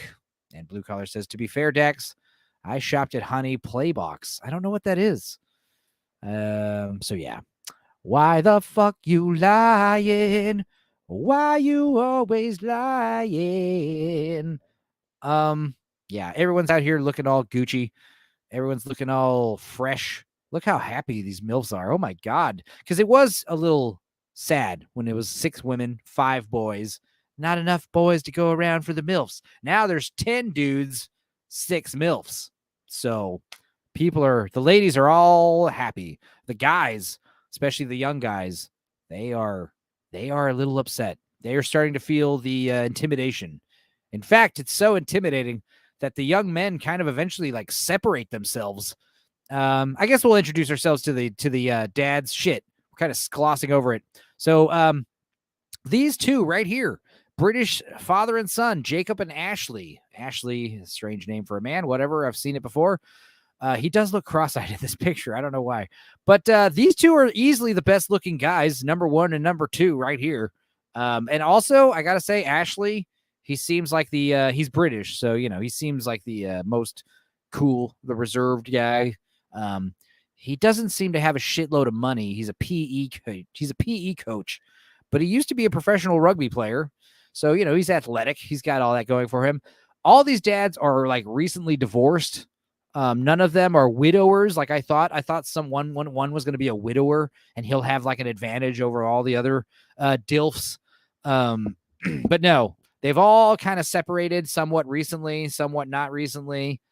But I can't imagine what any of these sons' mothers watching this show must be feeling. It must be weird as fuck. Let's see. Common People says Love Island started this week in the UK. Another train wreck of a show. Every mental illness under the sun wrapped in beautiful packages. Take your pick. Black Lives says when literally all the dads look better than their sons. Yeah, that is funny. And Ashley's a common name in England. I know. There's another man named Stacy in the show as well. Stacy Keach. Stacy. Who are some other dudes named Stacy? Oh well. Anyway, these guys seem too good for the show. I'm gonna say it. They both seem like they're not fucked up, depraved. They seem like well-rounded lads. So Daxonar says that's why he's proud to be an American. No guys named Ashley. Now, Joey and Anthony. Anthony is like your stereotypical, hey, bada bing Italian. Fucking forget about it. He's Mr. Rambunctious, Mr. Spontaneous. He owns a pizza shop that his fucking grandfather opened. I mean, that's pretty cool. But Gabagool, he's one of them dudes. But he's cool. He's got that energy. He's got more energy than his fucking stupid son, that's for sure, which is funny. And who else we got here in the DILF mixture? Now, this is interesting. You called it Common, but it was with these two. Now, this is why it's the most fucked up part of the show is I feel so sorry for this kid, Miles. He's basically saying, hey, I'm actually super shocked to see my dad here.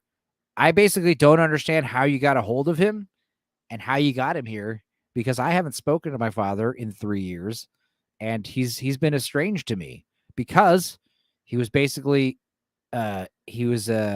cheating on my mother, cheating on my stepmother, possibly beating up my stepmother.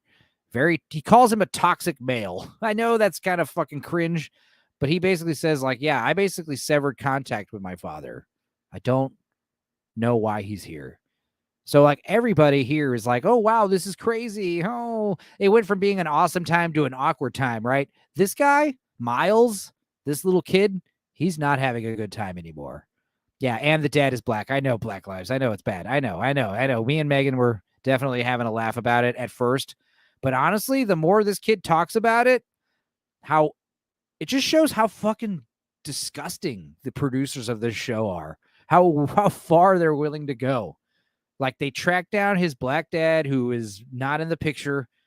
And instead of like, reuniting them so they can catch up, it's basically like, let them reunite so this guy can steal his pussy. It's insane. And at first, like, this is kind of funny, but by the next episode, it's not funny anymore. It's pretty sad. And you can tell there's this awkwardness. Like, they don't even have any time to catch up whatsoever. It's so weird. And yeah, there's some Springer shit. This is like offensive. This is appalling. The fact that they did this to this poor young lad, this poor young man. He's basically like everyone here is having a party where we're all trying to hook up and meet someone. And yeah, if my dad beats me to getting the chick, that's not a bad thing. Who's Meg? Meg, Meg. She's on some of the earlier We Watches. She's on some of the earlier Dorkside episodes. She hasn't been on in a while. She was on the Mother's Day episode.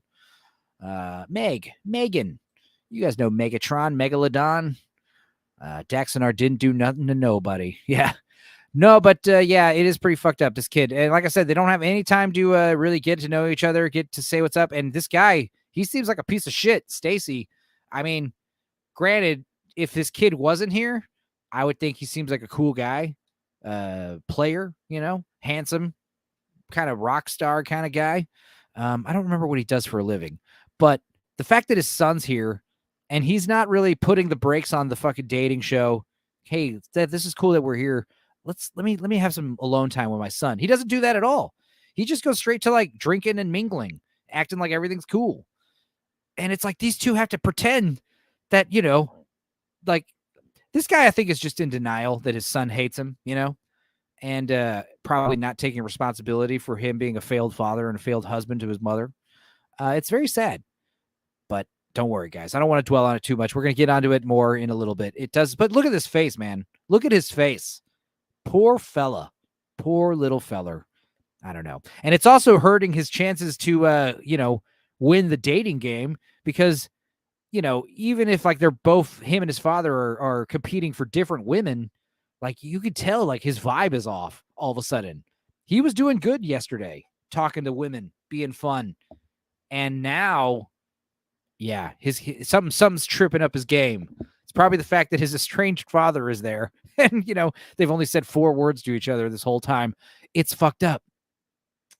Wait, trashy reality shows are still going, says Northern English Bastard. Yes, they are. Yes, they are. Daxonar says Ashley and Stacy Wild. Yeah.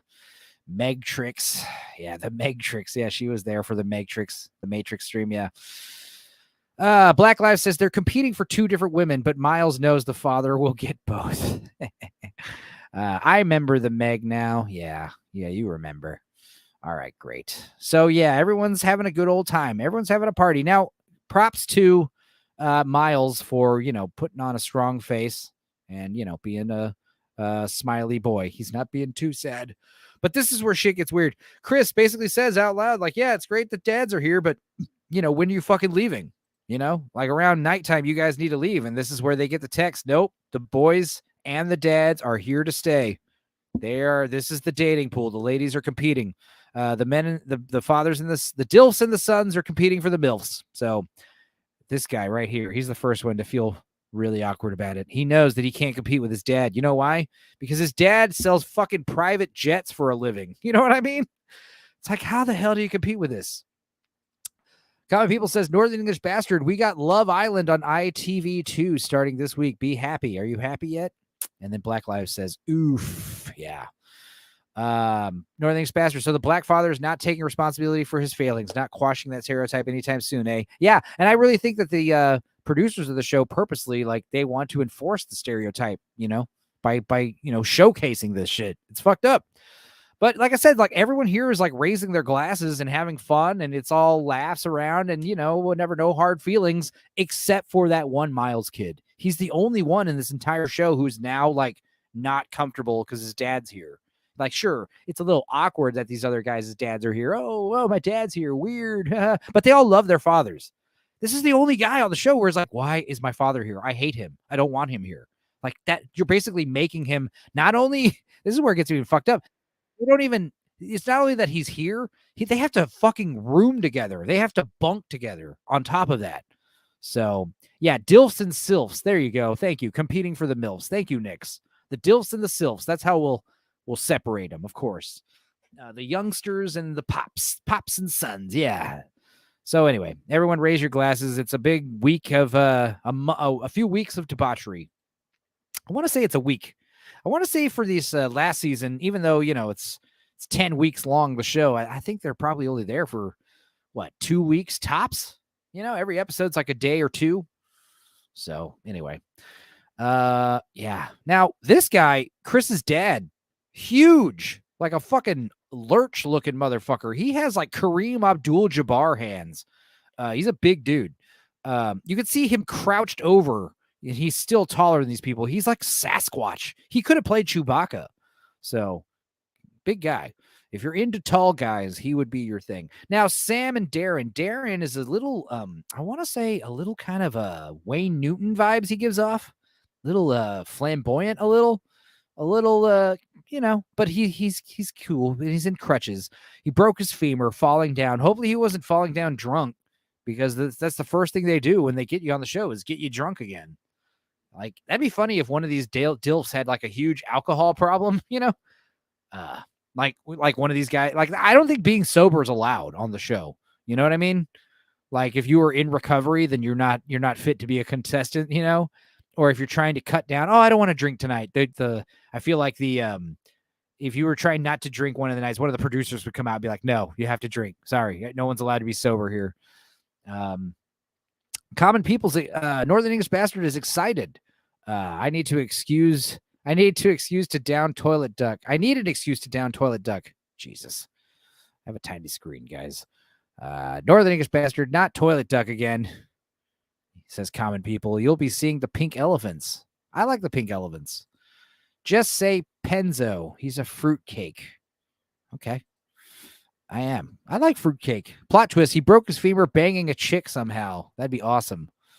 Dude, breaking your femur is no joke. Like, I don't know. I'm not saying like I know it for a fact. Like it hurts. I'm sure it hurts. But like, how do you break your femur? You know, like how do you just, like, I understand if you're in a car crash and you broke your pelvis and your femur and a bunch of shit, but how do you only break your femur falling down? It's the biggest bone in your body and thereby the strongest and hardest bone to break in your body. So, damn, that must have been quite a fall. Also, he's lucky that that's all he broke, you know? Shit. New to me. God, I need help, says Northern English Bastard. Reality TV is only good when they are allowed to get drunk. Yeah, no, when they're enforced to get drunk, Common. They are forced to drink. Anyway, it's funny because Darren, he says that, he's recently divorced and his main thing that he's looking for is something drama-free. He's looking for a relationship. He's looking for feminine energy, not just sexual, lust, but he wants a feminine entity to be around, and he wants drama free. That is rich since you came to Milf Manor. Mandatorily shit-faced, says Daxonar. Yes. Or maybe BDSM gone wrong, says Nix. Yeah. Drama free. Yes, he's come to the wrong place. Exactly, Black Lives. It's very stupid. And of course, he's talking about how he wants drama free women, and yet we'll see in the next episode he's attracted to the most drama riddled bitches in the entire show. It's funny. So yeah. Let's all get to know the gents. Now, like I said, this guy sells fucking jets for a living. He sells private airplanes. So he's loaded. And as soon as he tells this Asian woman that, her eyes perk up. She says, oh, okay. But I know what that means. It's like, oh, I sell private jets. Oh, okay. It's more like, oh, I sell private jets. Cha-ching. Okay. Hell yeah. As soon as he says it too, the son just like fucking feels awkward and walks off. And these two, I think we're going to call this guy Coolio because he went out for a pack of cools. Stacy, he is hitting it off with Coochie Mama, Ghetto Booty, Crystal, because they both are from the St. Louis area. So, yeah. Her neck by H.R. Geiger. You're talking about Asian woman? Dude, that's funny as hell. Or are you talking about No. You're talking about her neck, right? I don't know. Whose neck is by H.R. Geiger? Either way, it's funny. You're funny, you guys. Booyah. Broken Dad Sex Machine is what BDSM stands for. It should be illegal to say you want no drama when signing up for reality TV, says Common People. Oh, no, but that's a great way to get to the front of the line, on the contestant audition tape, when you show up and you say, I don't want any drama. I'm here for just, I'm here to just meet someone. They're like, okay, we're going to put him in a show with the most, drama-filled idiots. Just see how they clash. Yes, Jim Dow did mean the Asian woman. Very funny. He looks like discount Morris Chestnut, and she looks like Nia Ling. All right. Just like Jackie Chan, he don't want no trouble. That's right. So yeah, these two are getting it off because they're both from the same ghetto area, the same hood. They both grew up from the same rough streets. And Anthony making Joey feel uncomfortable. Yeah, everyone's feeling there's tension. This is where the boys, they make a rookie mistake. They all kind of separate and talk about how this is bad. These guys are like offering big competition.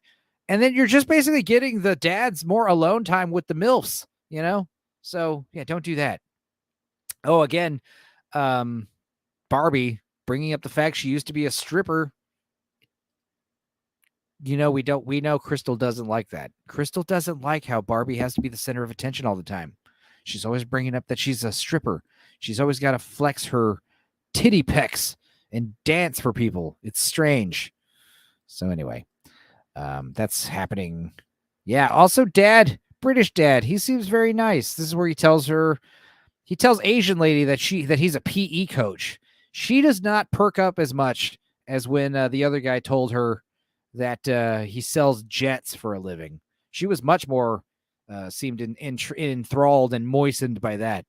When this guy says, "Oh, I'm a PE coach," it's a lot of oh. But then he's like, "Oh, but I used to play rugby professionally, so I'm an athlete." And they're like, "Oh, okay." So but he does seem like a nice guy. I wish him the best. He does seem. I want these two. I want Lynette and Ashley to hook up. They both seem attractive enough and well-rounded enough. But here's where it gets complicated, guys. Like, you've already entertained the idea of fucking this dude, your son. So it doesn't matter. Like, let's say, you go on a date with both of these guys and you pick one of them. You've still entertained the idea that the other one is a viable option. You're still like opening the door for stepmom porn down the line. So it's not going to work. I don't think it's going to work, guys. Black Lives. Yeah. Bai Ling. She does look like Bai Ling. Yeah. A little bit. Bai Ling nowadays. Wait, Barbie was a stripper? Must have been 5 minutes since we last heard that vital information. Yeah, she does bring it up like 10 times an episode. I ain't saying she's a gold digger, says Northern English Bastard. No, they are. Yes, attractive enough. Yeah. I mean, they are. But yeah, I don't know. Something about Ashley. I mean, yeah, look at this guy. This guy's cut for sure. But he also just seems like a good guy. He seems like he should find a nice woman, settle down. He doesn't seem like he belongs on this show. He seems like a decent dude. Same thing with Lynette. She seems like a decent enough woman. I don't know. Some of these people on the show are fucking straight up trashy. Oh, there's Nino's. He owns Nino's. Here's some advertising for Nino's coal-fired pizza from wherever the fuck it is.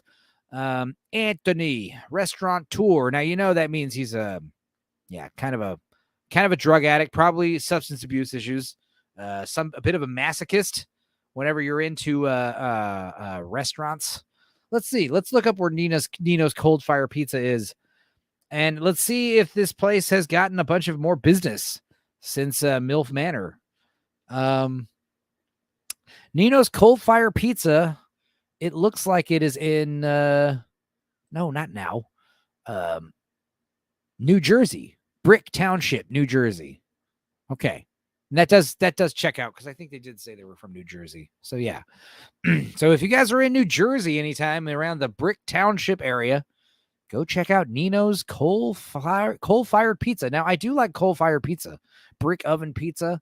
Coal-fired is pretty crazy. That's going to be like a charcoaler burger places. Those are always awesome. It's like barbecue pizza, basically. That's cool. Probably very expensive, though, to run in this day and age in the Bidenomics. Where is this set? It's in Canada, common people, which is lame. You'll know it's in Canada because there's fucking Canadian maple leaves on a lot of shit in this show. Yeah, brick oven pies are rad, says Daxonar. Northern English Bastard, says Nix, don't like them gold diggers. He must protect him Lucky Charms. That's good. It's funny. Yeah, so everyone's talking about the same shit, the most obvious shit. It's going to be awkward because we're all dating the same women. We're all going after the same women. What are we going to do? The Realfie. Who's going in the Realfie room first? What's Darren? He says, no, I don't think I'm going to be using the Realfie room while my son's here. He's got a fucking handkerchief in his suit pocket. You know what I mean? This guy is a classy guy, attracted to hoish women. This is where it's funny. Going into the boys' bunk, the place is trashed. There's like food and shit everywhere. This guy, Stacy, he's not liking it. He's like, seriously, like, I don't bunk with other men. I think it's like a prison thing. I think he was in prison and he said, I'm not bunking with no men. We got to figure this out. He's being serious. And Miles is starting to feel a little, yeah, this is my father here. This is why I don't like him. Realfie stands for room I want to fuck in. Room I like to fuck in. That's what it stands for. Common people. Northern Bastard says, as well as my stash of potatoes. Yes, they can't get those or his Lucky Charms. Funny, she doesn't look Jewish, says Daxinar. Yeah. Yeah, so again, poor Miles having to deal with his dad. Not only deal with him, but bunk with him. I mean, again, they haven't had any time to catch up. They won't for a while. It's pretty fucked up. So on to the next challenge game. The boys and the Dilfs have to do a choreographed striptease for the Milfs, and the Milfs are going to pick the winner. So they have to literally like choreograph. They have to rehearse. You know, it's cringe. These boys have no rhythm. They're trying to like stomp and clap in unison. They can't do it. It's terrible. I cringed as a drummer. I was very mortified. Oh, fuck this, says Daxinar. Yeah. Black Lives says, I'm waiting for the scene where Miles fights his dad. You think you're ready, boy? Yeah, I'm going to spoil it. It doesn't happen in the first 3 episodes. I wouldn't be surprised if it happens some point later in the show. So stay tuned for one of these other Stupenzocast Milf Manor recaps. I think they're going to happen like by monthly, like every 3 weeks or so. We'll probably, binge a few more episodes and do another recap. That seems like the way to go. We're approaching to about an hour and 48 minutes of the stream. So, yeah, we're about halfway through the second episode. So, yeah, I think we are going to wrap up around 2 hour mark, maybe 2.5 hour mark, maybe an hour longer than I thought I was going to stream. Oh, well, you know how it is. You guys are just so damn entertaining. Now it's sad that Broken Femur guy, he still has to participate. They told him if he doesn't, he'll lose. So he has to kind of just sit in a chair, and he decides to be like an MC. Now, these guys aren't fighting. I don't know why this looks so intense. They're all having fun. They're all being funny, charming older men. Now, it's so cringe. Now, what's funny, though, whoever goes second, yeah, like I said, this is where Barbie's bringing up the fact she's a stripper again. Crystal don't like it. All eyes on Crystal all the time. All eyes on Barbie all the time. Crystal doesn't like that. Crystal, look at her. Like, there's something brewing. There's something brewing. And it's been brewing since the first time these bitches interacted with each other. Also, hello, Lynette. Hello, Lynette. I like Lynette best. I mean, she also just has that, like, MILF next door quality. She's not too good looking. You know what I mean? And yeah, Crystal's got them big old fucking titties. She's also got this big old fupa, and she's got this very defining gap in her tooth that's very becoming of her, and her gigantic heavy hoop earrings. I thought you nicknamed her Barbie. No, that's literally her name. So yeah, guys, you might not believe what I'm about to tell you, but I think Barbie might be a stripper. Yeah, I know. I know. A bitch slap is a brewing, says Daxinar. And yeah, Jim Dow, that maple syrup must have been 30% lead rubbed on the body. That stuff will cause retardation. Daxinar, good call. Can't expose yourself this often. Yeah. Can't expose yourself to this too often. Yes, I agree. This show is definitely, like, by episode 3, I was like, literally, like, I can't watch anymore. So, take that as you will. Now, again, like, I know she's got these big fake ostrich titties, but yeah, definitely the slimmest in the entire, I want to say she might be the slimmest and tightest body from the previous season of Milf Manor too. Yeah, she must weigh like 95 pounds, maybe. I don't know. So yeah, the girls drinking champagne while they wait for the boys to rehearse their dance recitals. Now, I got to say, whoever performs second has a huge advantage, okay? Once, it's just like a rap battle. Like, whoever goes first, like, what you have to top, So they don't flip a coin or nothing. I think the boys just go first. Daxinar, no, you shouldn't expose yourself too often either. Yeah, I agree. Now, it's funny, these jumpsuits, these guys dress like plumbers. It literally says, rods, pipe, and drain. That's the name of the plumbing company. And I swear to God, yeah, look at this. Look at Ashley just making himself at home. Real men, they say. Now here come the boys, the delivery boys. from Big Loads, wearing Big Loads, brown jumpsuits with the shorts, brown rompers. Big Loads box service. Come on, guys. Come on. Like, why isn't the show just like on Brazzers? Why isn't it just a porno show? Daxner says, we're the Mario Brothers and plumbing's our game. Yeah. Dude, these jumpers for Rod's pipe and drain says insertion specialist. Oh, Jesus. All right. So whenever the boys are ready, go ahead. Now, I got to say, these boys really drop the ball. They do a very tame, blasé, phoning it in performance. They're all laughing. They're not taking it seriously. And the gentlemen, the DILFs, they kind of know right off the get-go that they are going to beat these boys. Now, what the boys should have done, they should have done like the Eminem thing. You come out so hard. These boys should be breaking a fucking sweat by the time they're done grinding on these women. They should be like, like really doing stuff that the elder men will have trouble doing in their physical age. These young men need to show off like how physically fit they apparently are. They need to be doing grinding and gyrating, not this whole like, casually take your fucking shirt off and show your stupid Aslan tattoo. They should have gone for it. They should have went for it to where the dads are like, damn, we have to step it up. We have to do better than we rehearsed, That's what they should have done. Instead, they just kind of phone it in. So the dads basically have it in the bag. I mean, and like you said, the dads have way better bodies than the sons. The dads are better looking. I'm sorry. They are. Look at this. Look at these man titties. I mean, no.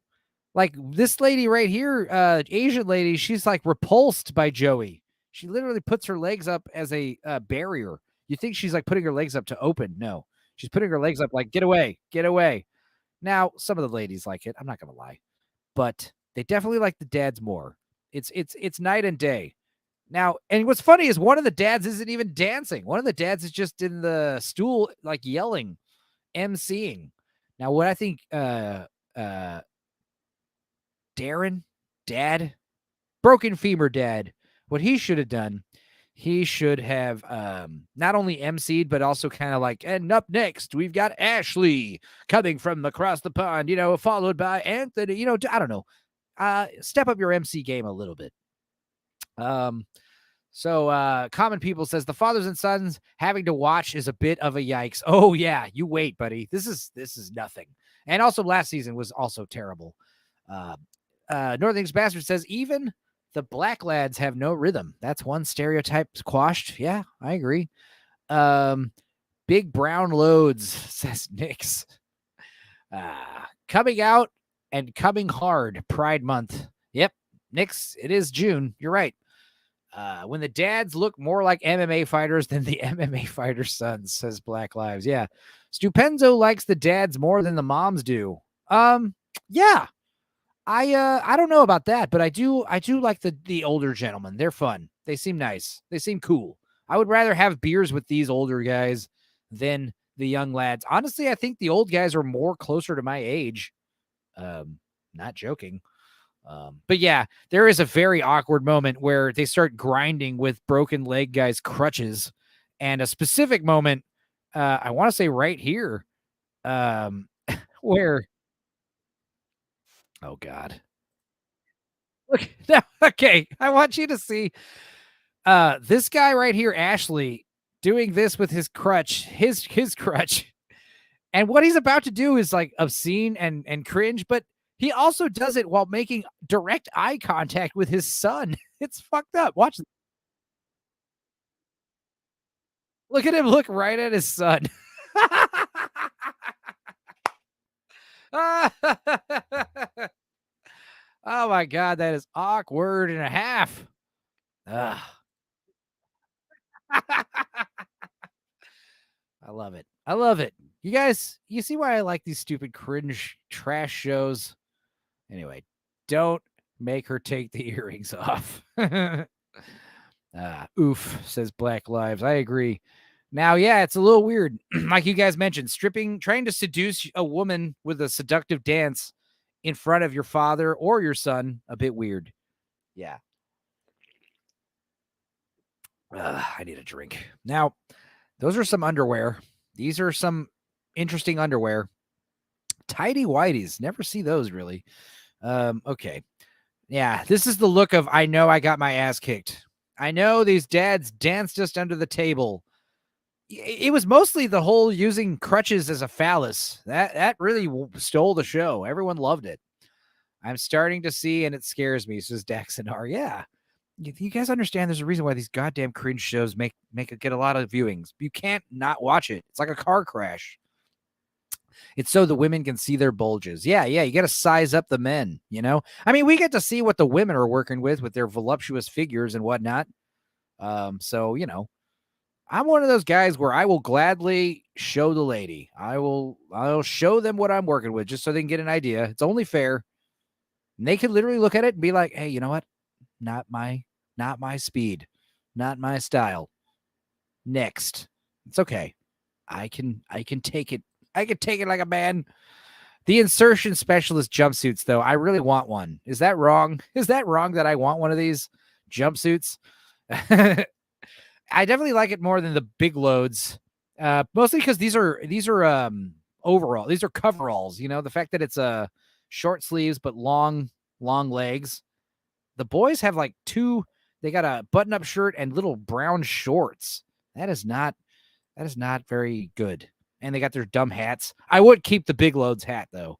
I would wear that all the time. That'd be awesome. All right, coming up, drama. All right, we'll get back to it. So obviously the dads win. So the ladies get a night on the town with the dads, and the boys get to stick behind and I don't know, jerk off or whatever. Now this is some drama. Some drama's about to unfold, boys. Being ripped at that age, testosterone injections directly in the balls. Yeah, and they also get bad hearts from it. I wouldn't be surprised if those dudes are definitely using testosterone or something. Who knows? Ew, the worst is when you go to like a little dive restaurant bar and there's like a shitty 3-piece band. I'd rather there be especially if they're just playing crappy covers, you know? I'd rather well, obviously crappy originals is worse, but honestly, I'd rather just a DJ, you know? Not everything has to have live music. DJ just playing some good house tunes that are not too loud, not too invasive on the conversation. You can't go to you can't take a woman to a date to a fucking concert, you know? So anyway, that's when I decided that I wanted to do something else with my life. What? I wanted to do something else with my life. Yeah, I totally understand. You can't do that in a fucking concert. It's annoying.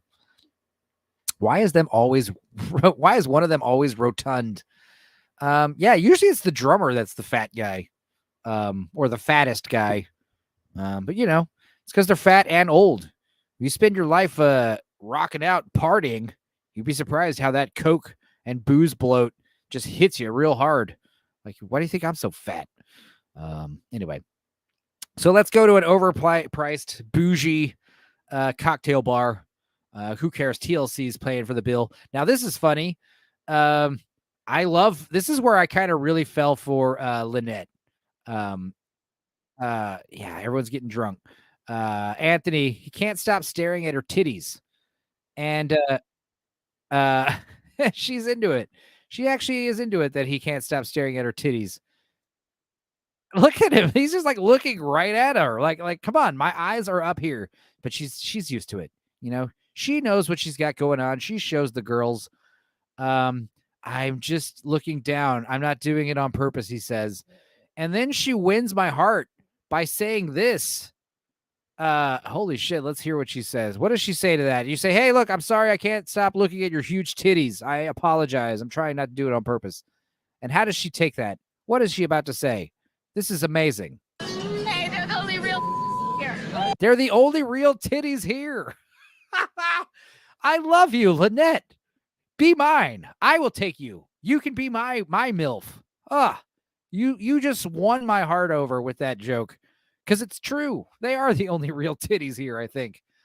As much as I hate the mums and sons, the dads are kind of enabling this, says Northern English bastard. Daxonar, wow, that was savage. I know. Motorboating her with his eyes. Lynette is one of them wholesome MILFs. Yeah.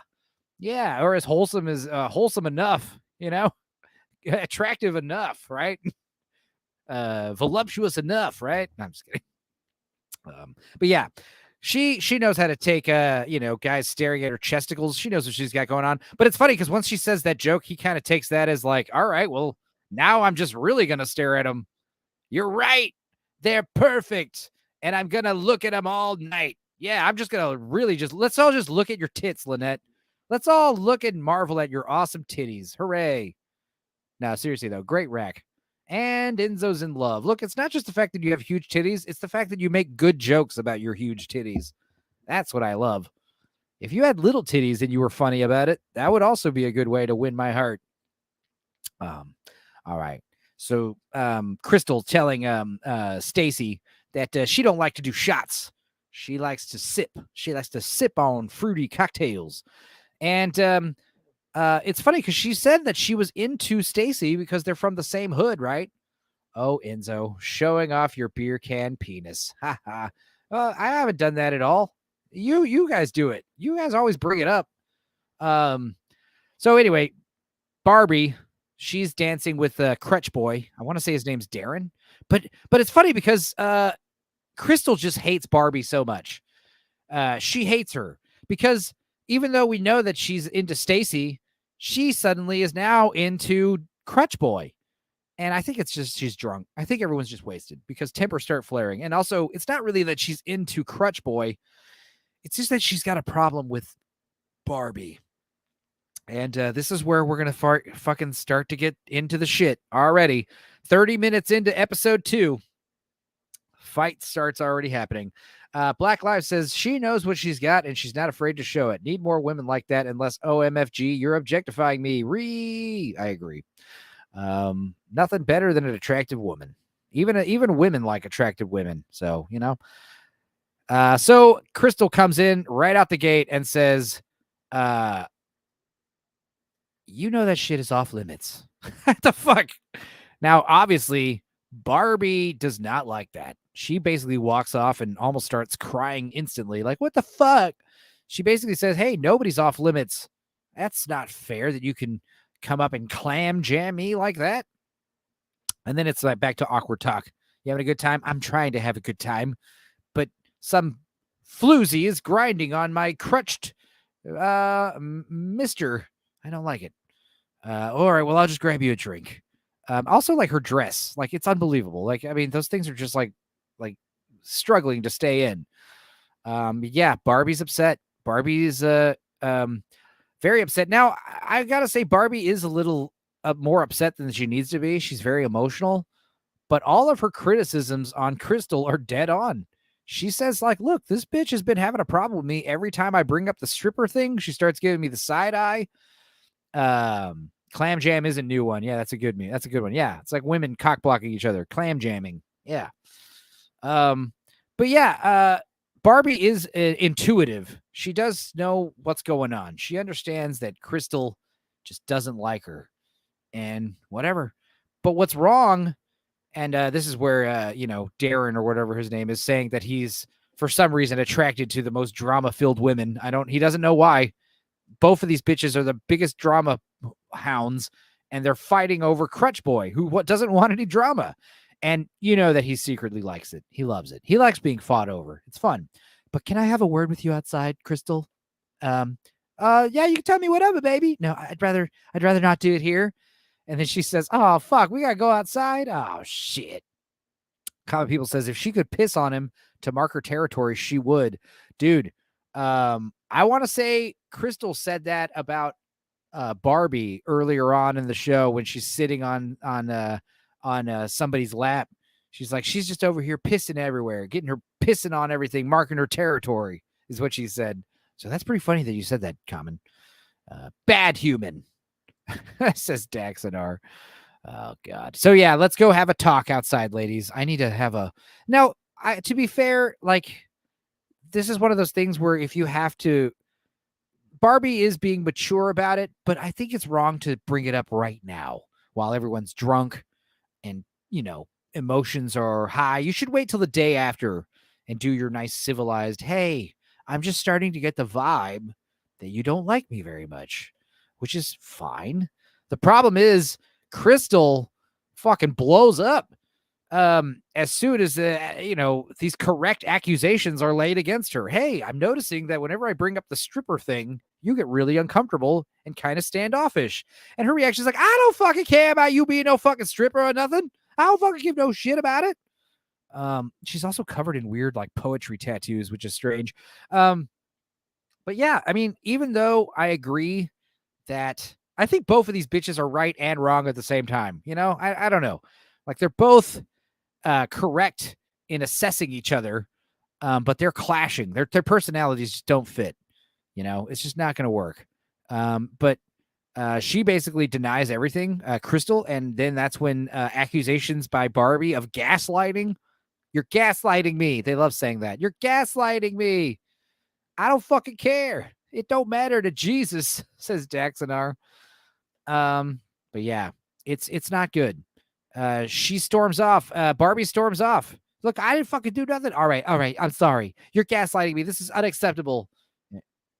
She walks off. I'm friends with women who are strippers. I don't give a shit, is what she's saying. And then she storms off. And now she's kind of, but I mean, to be fair, it's like now you've kind of killed the vibe for Crystal. Now she's over here thinking like, she's all emotional, getting all aggravated. You know how black people get when they get into arguments. They don't like to, like she said it herself. I throw hands. Like she said that earlier. I don't throw stuff. I throw hands. So let's hope it doesn't devolve into that. So yeah, now she has a moment alone to reflect. You think she's going to come in. She basically was saying, hey man, you were kind of, clam jamming me with the crutch boy. I didn't like that. That's too early to be calling dibs on anybody. Everybody's just talking to everybody, just getting to know each other. And I agree with Barbie on that. I just don't think now's the time to bring it up, especially to someone like Crystal, who is ratchet and drunk. Also, Penzo, it's pronounced Cristal. Yeah, probably. Cristal. Okay. So back inside. Let's go inside. Let's squash this beef or make it way worse. Now, this is a bit of racism from Barbie, I think. No other. Not being very nice to me. All right, let's see what she says here. You good? You good? She ain't got no other reality but to be good. I don't even understand what that means. She don't got any other reality but to be good. I don't understand what that means. I mean, yeah. I don't understand what that means either, Barbie. But don't say that. And now this is very awkward because you got two bitches that are about to get into a fucking yelling match with each other in a bar. They are going off. Shit is set off.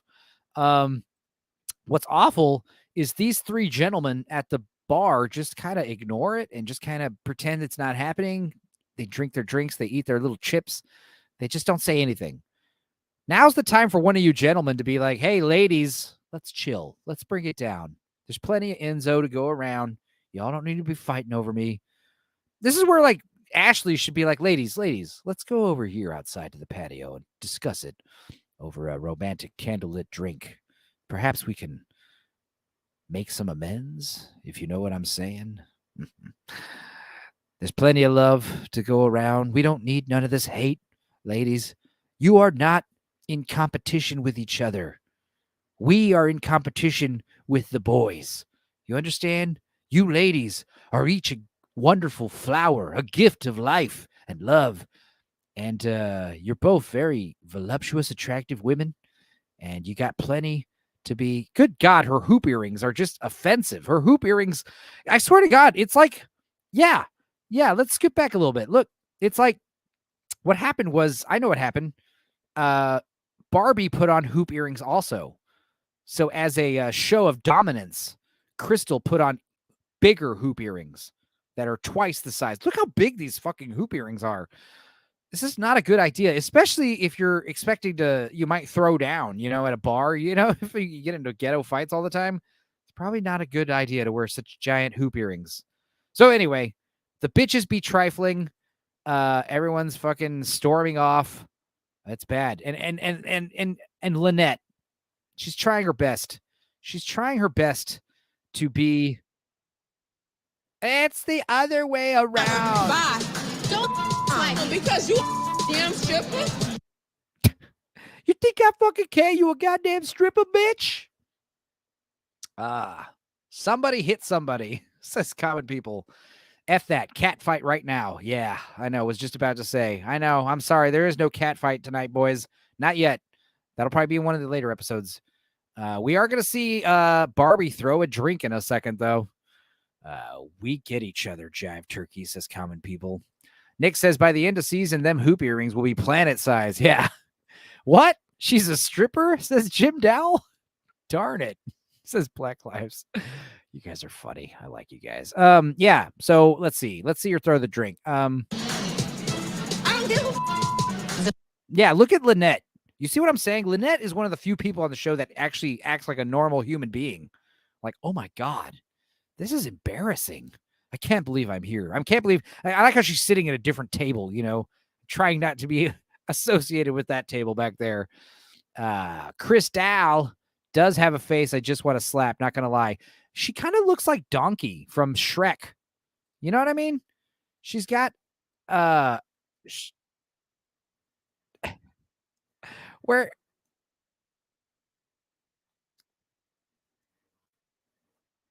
you see what I'm saying? Donkey you see what I'm saying? She's got those teeth. Anyway, still would, not gonna lie. Common People, he loves Dexinar loves semi-pro. I'm not gonna lie, I haven't seen semi-pro.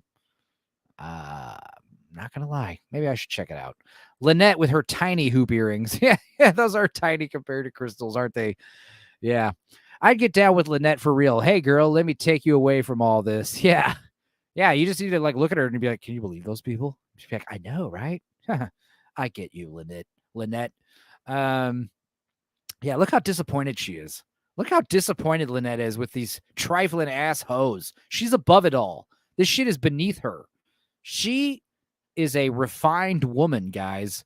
And these ratchet ass MILFs are bringing all the other MILFs' valor and honor down. Oh my God. Hang on.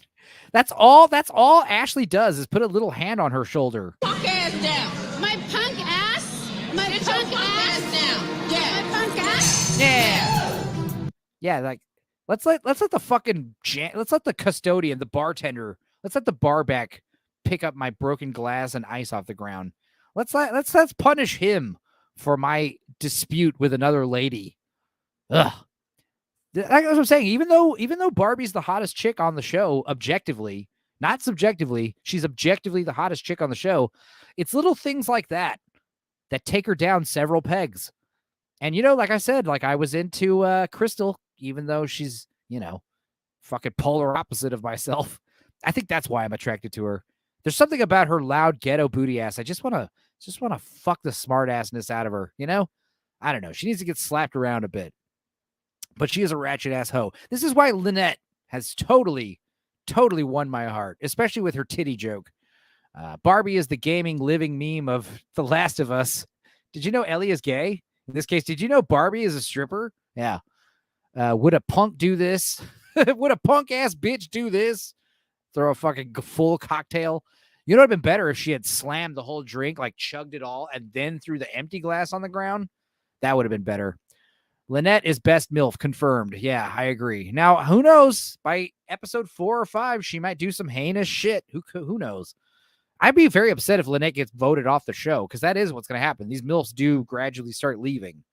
So, but I have a feeling who's going to be the first MILF eliminated. So yeah, trifling. And as soon as she gets home, the first thing she does is fucking pack up her shit out of the room and move to another room. What's her name? Oh my God, there's another. Someone else is arriving. That's something to come in this next episode. Here we go. Last episode, episode 3. Let's talk about this. Recap bullshit. So what happens after the night? MILF. That's just such a great fucking. Let's play it. MILF Manor 2. All right. Now this one does have subtitles. Yay, good. So that'll be fun. I see it in your eyes that you're upset. All right. So as soon as Barbie got home, Make sure to like, subscribe, and remember Barbie was a stripper. Yeah, I'm 3 subs from 400, guys. In fact, let's check. Let's see if I've gained any other subs since then. Probably not. No, in fact, I've lost a sub. I'm down to 396. Hell yeah. Good job. Milf Manor 2, The Quickening, says Daxonar. Awesome. All right, so Barbie, first thing she does, she gets back. Now, we know this is the past because it's black and white. It's like a Chris Nolan film. I'm going to turn the audio off on my share screen and keep moving. Now, the first thing she does, first of all, just like the men's room, the boys' room, the girls' room is just filled with shit. Their goddamn stuff is everywhere. It's awful.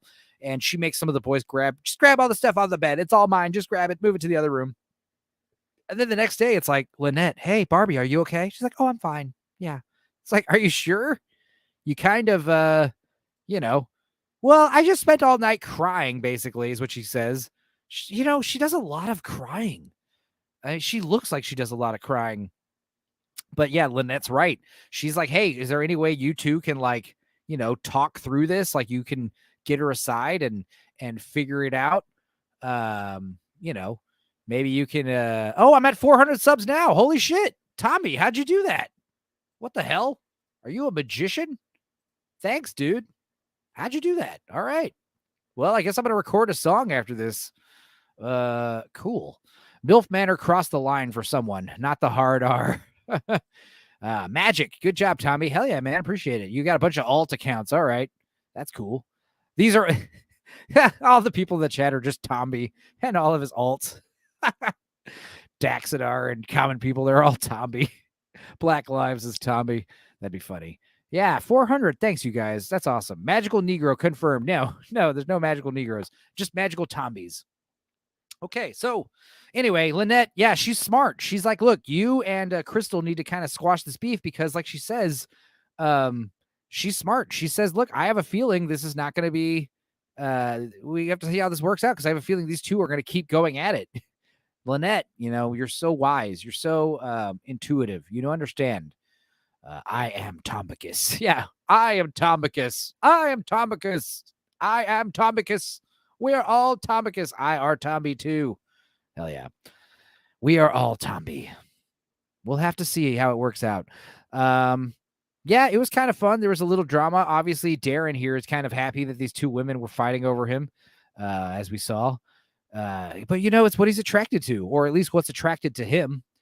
Yeah, common people and Tom and Daxon are going to fight over who's actually Tomby. And this is funny. Stacy basically commending Crystal. Look, I'm so glad that you didn't throw anything because I understand that was probably really hard not to throw something at her. I disagree. It's probably very easy to not resort to physical violence over your dating show. But, these two grew up in the hood in St. Louis. So, they come from a different vibe.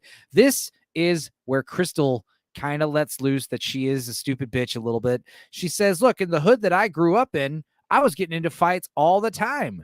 These girls would pour bleach in your face.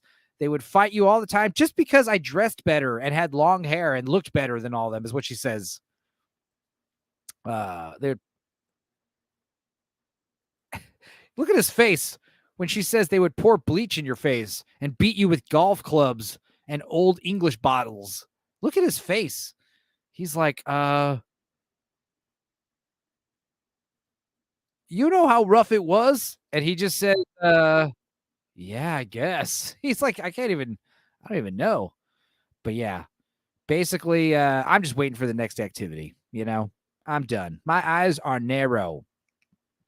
This is her seduction eyes, by the way. This is how she seduces men. This is her bragging. All I have to do is look them in the eyes. And probably pull your big titties out. That probably helps too. But yeah, look them in the eyes and they will become putty in your hands, right?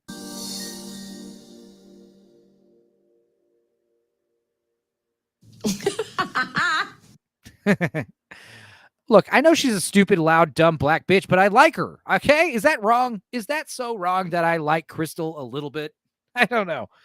Her and Barbie need to fight over second place. But we all know first place is Lynette. All right. So anyway, on with it.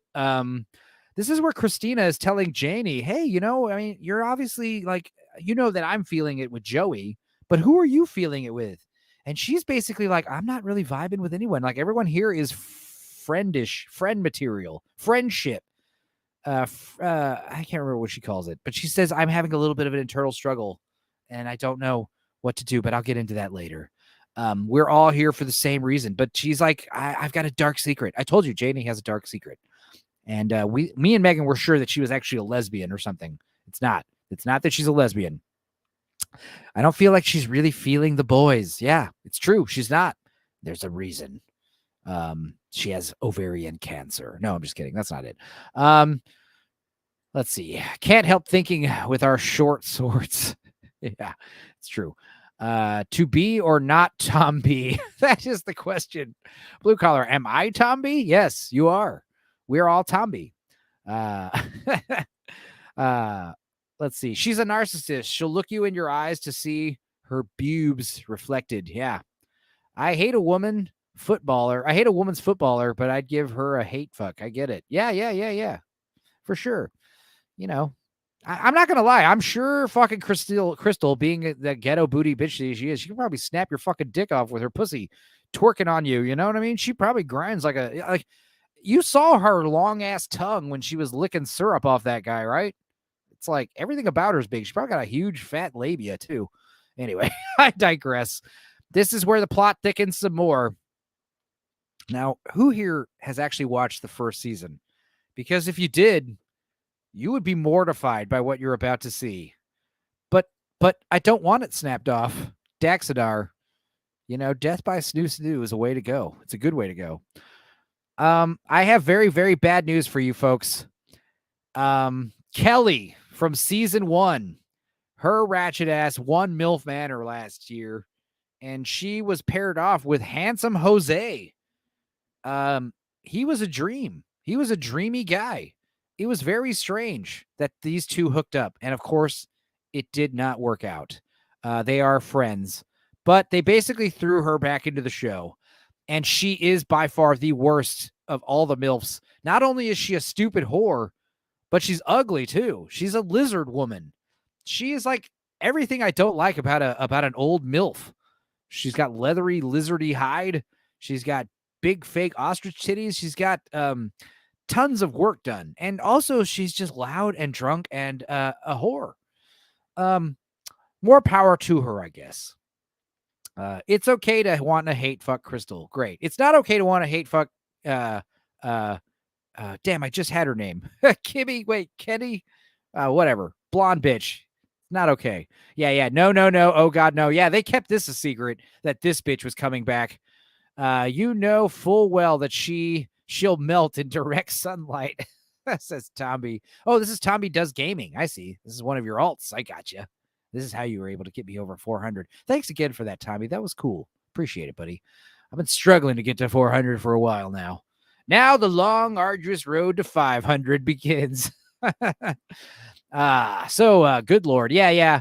I am very, I was mortified. Me and Megan started screaming full-throated when this bitch got back in the house. We were like, no! We were hoping that she was just coming back to announce something. But once she said that she was single again and she was here to stay, I was, pretty sad. Pretty sad indeed. She is probably bottom tier MILFs. I want to say Oh, it's funny is like in the last season, her son is Joey, right? So she comes out on the balcony and she's like, Joey, is Joey here? And this kid named Joey's like, who are you? Yeah, I'm Joey. But she's basically being funny. She's like, I'm just making sure my son isn't here this time. And he's not. But this is where everyone gets to meet the seventh MILF. Just like the seventh seal, the seventh MILF. She's one of them Real Housewives, says Common People. Hi, Tomby. And so I'm Tomby, and so is my wife, says Northern English Bastard. Wow, that's impressive. So you basically have sex with Tomby. You have sex with yourself. That's awesome. Tomby does art. He's here too. All right. That reminds me, I need to watch some Monty Python. Need to ground my reality again. Yeah, my favorite is The Meaning of Life. Hands down, my favorite Monty Python movie. I know a lot of people like Holy Grail, and some people like Life of Brian. But no, for me, it's hands down Meaning of Life. I think the Monty Python movies all get progressively better Like I would order them in reverse release date. That's how good they are. So Northern English Bastard is self-partnering Tommy. Yeah. Combi. Yeah, Combi. There you go. Daxnar, it's like Power Rangers adding in a new member halfway through the season. Yeah, you're right. Tombi people. There you go. So, yeah. Everyone's getting to know new Milf. I just had her name. I forgot it already. Whatever. But it's funny because Barbie's one of the bitches that actually watched the first season. And she goes straight into telling all the ladies, like, you need to watch out for this bitch. Kelly, that's her name. You all need to watch out for Kelly. She is trouble. And really, no one's more threatened by Kelly than Barbie, because Barbie likes to be the center of attention. So does Kelly. So the two of them are going to, not vibe. They need to, like I said, the hierarchy needs to be established. Someone needs to establish dominance immediately. Tommy's too dangerous to be left alive, says Common People. And Tommy says he is everyone and no one. He's everywhere. Everyone and no one. It's awesome. It's like the man of a million faces. A man of a million alt accounts. Tommy does mobile. Narcissists always do want to be that alpha biatch. Yeah. I mean, it's in their nature. And that's the thing is, like, you get a bunch of these alphas together. That's when the trouble. But look at Lynette. Look at her just basking in her natural beauty. Just wearing a nice plain white t-shirt. Nothing crazy. Just having a smile on her face. She's not getting crazy. But yeah, Kelly, because she's the new girl. Oh God, spoilers coming up. Because she's the new girl, she gets to feel out all the boys and their dads, and she has to pick a father-son duo to go on a date with. That is her challenge. So basically, the boys are doing a speed dating round with her, and she sizes them all up, tries them all up, meets them, says hello to them. And yeah, obviously the other ladies, the other MILFs are confused and feeling a little irritated. Christina especially, because Joey and her kind of had a thing going. And now her and her little boy toy Joey and his dad Anthony are having alone time with Kelly. But she's like not too worried, right? Nothing crazy is going to happen. So have you guys connected with anybody so far? And Anthony is just all into Kelly. You're single? Why are you single? You're like perfect,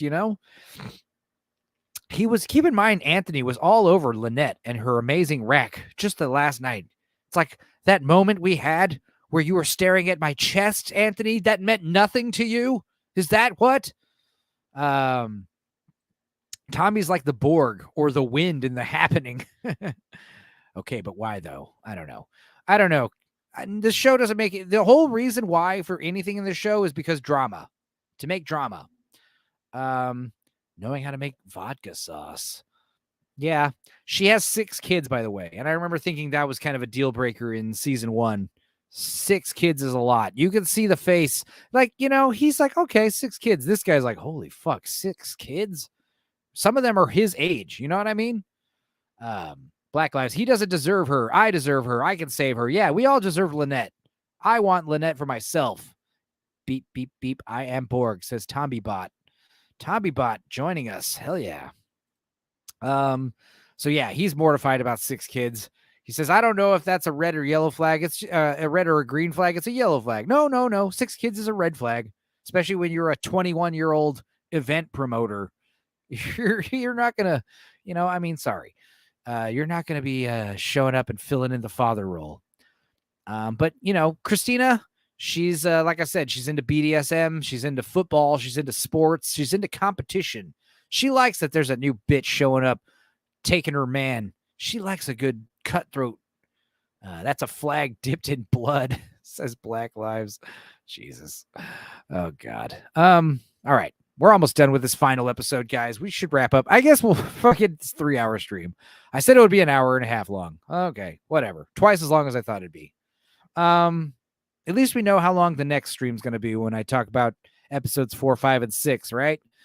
So anyway, yeah, it is awkward dating next to your dad. It's like all these father-sons are like hoping that Kelly doesn't pick them. It's like mortified that she's going to pick them. Obviously, Miles, he's getting called out for being shy. Why are you so shy? That's cute.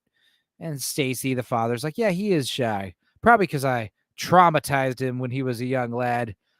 But yeah, he's literally, again, back to Miles. This is where I really started to feel sorry for the guy. He's like, look, I'm not trying to date right now because I gotta figure out what's going on with my dad. You know, I'm literally like, I can't move forward in the dating game until I catch up with my father. He straight up says that. It's fucked up. So again, shame on the producers of the show for making this poor fellow have to deal with this shit. You could have easily picked another guy with a single dad, you know? God. Random goose. Hell yeah. Goose stepping. So she's trying out the English lads, and Barbie, not being the center of attention, feels a little flustered. So she decides to take it upon herself to go over and lay one right on the lips of wait, where is it? Oh my god, here we go. It says to go right up. Why does she do that? But Kelly, also being a says, babe, Barbie, that doesn't scare me, babe. Awkwardly, she's going to kiss the guy now. Oh god, here it is. Oh no, she just did it. I can do the same, she says. Your fucking dad is watching. At least it was a classy little peck on the lips. Oh god. All right. Nick says Milf Manor 2, not the show we asked for, but the show we deserve. Yeah, we do deserve it, don't we? We've been naughty. We've been very naughty. Daxonar, I now feel better about my relationship with my dad. Thanks, Milf Manor. Black Lives, I came here expecting nothing but cringe, but instead I got a future wife. Lynette, of course. Yes. Boner number 2, says TommyBot. Notice he crossed his legs. That was like a family member kiss. I kissed my old dad like that. Says Common People. I don't consent to that, says Daxonar. Yeah, I don't want a lizard woman kissing me. No, thank you. So anyway, it's all fun and games. Everything's weird. And she decides to pick Joey and Anthony. And they go on a tantric yoga, not tantric sex, tantric yoga retreat, which is awkward to say the least. But this is where young Jacob has to take Barbie aside and say, hey, I know we kind of had a little fling last night and a moment. Are you still feeling that about me that my dad's here? And she basically says, like, yeah, I'm trying not to, I'm not trying to basically, I'm trying to pursue things. But she basically says, look, I'm trying to keep my options open. The real fee. I think after everything that happened last night, I just need to keep my options open, is what she tells him. Ouch. He's the most jacked of all the young lads. And she's like, look, your dad is probably more up my speed. I don't, she didn't say that directly, but she doesn't know what the hell she's doing. She's an emotional wreck. I mean, granted, she does look good without makeup, good enough. She looks good plain, but she always looked like she's been crying, and she probably has been. Those thick glasses. Yeah, I know. I like the glasses. Sad noises. Common People says, I no wonder he left. Or Black Lives says that to Common People. Yeah, I gotcha. Daxonar, why you got to go do him like that? Giving me Velma vibes. Yeah, she does have Velma vibes. Anna, that Star Wars girl, maybe a little bit. Who else does she look like? She looks like a personal friend of mine. Yeah. Oh, and this is why I like Barbie, even though she's a handful and she's an emotional wreck, she does say little funny things throughout the show. Like, are you getting a boner? At one point she says, when she was telling Chris that he was the most handsome, she said, when we all saw him, it was like swing. She said swing. That's always fun. And then this shit right here kind of won me over a little bit. It just got awkward, right? You just kind of told the guy that, like, hey, I'm kind of keeping my options open and whatever. You kind of just had to kind of let him off gently a little bit.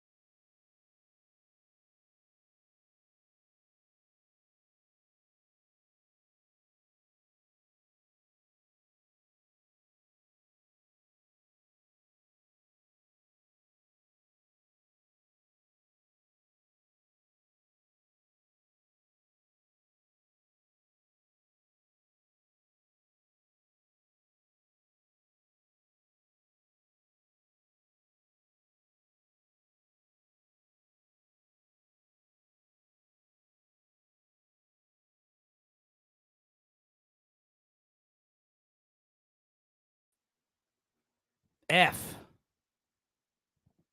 F in the chat, guys. I'm so sorry about that. Raffle.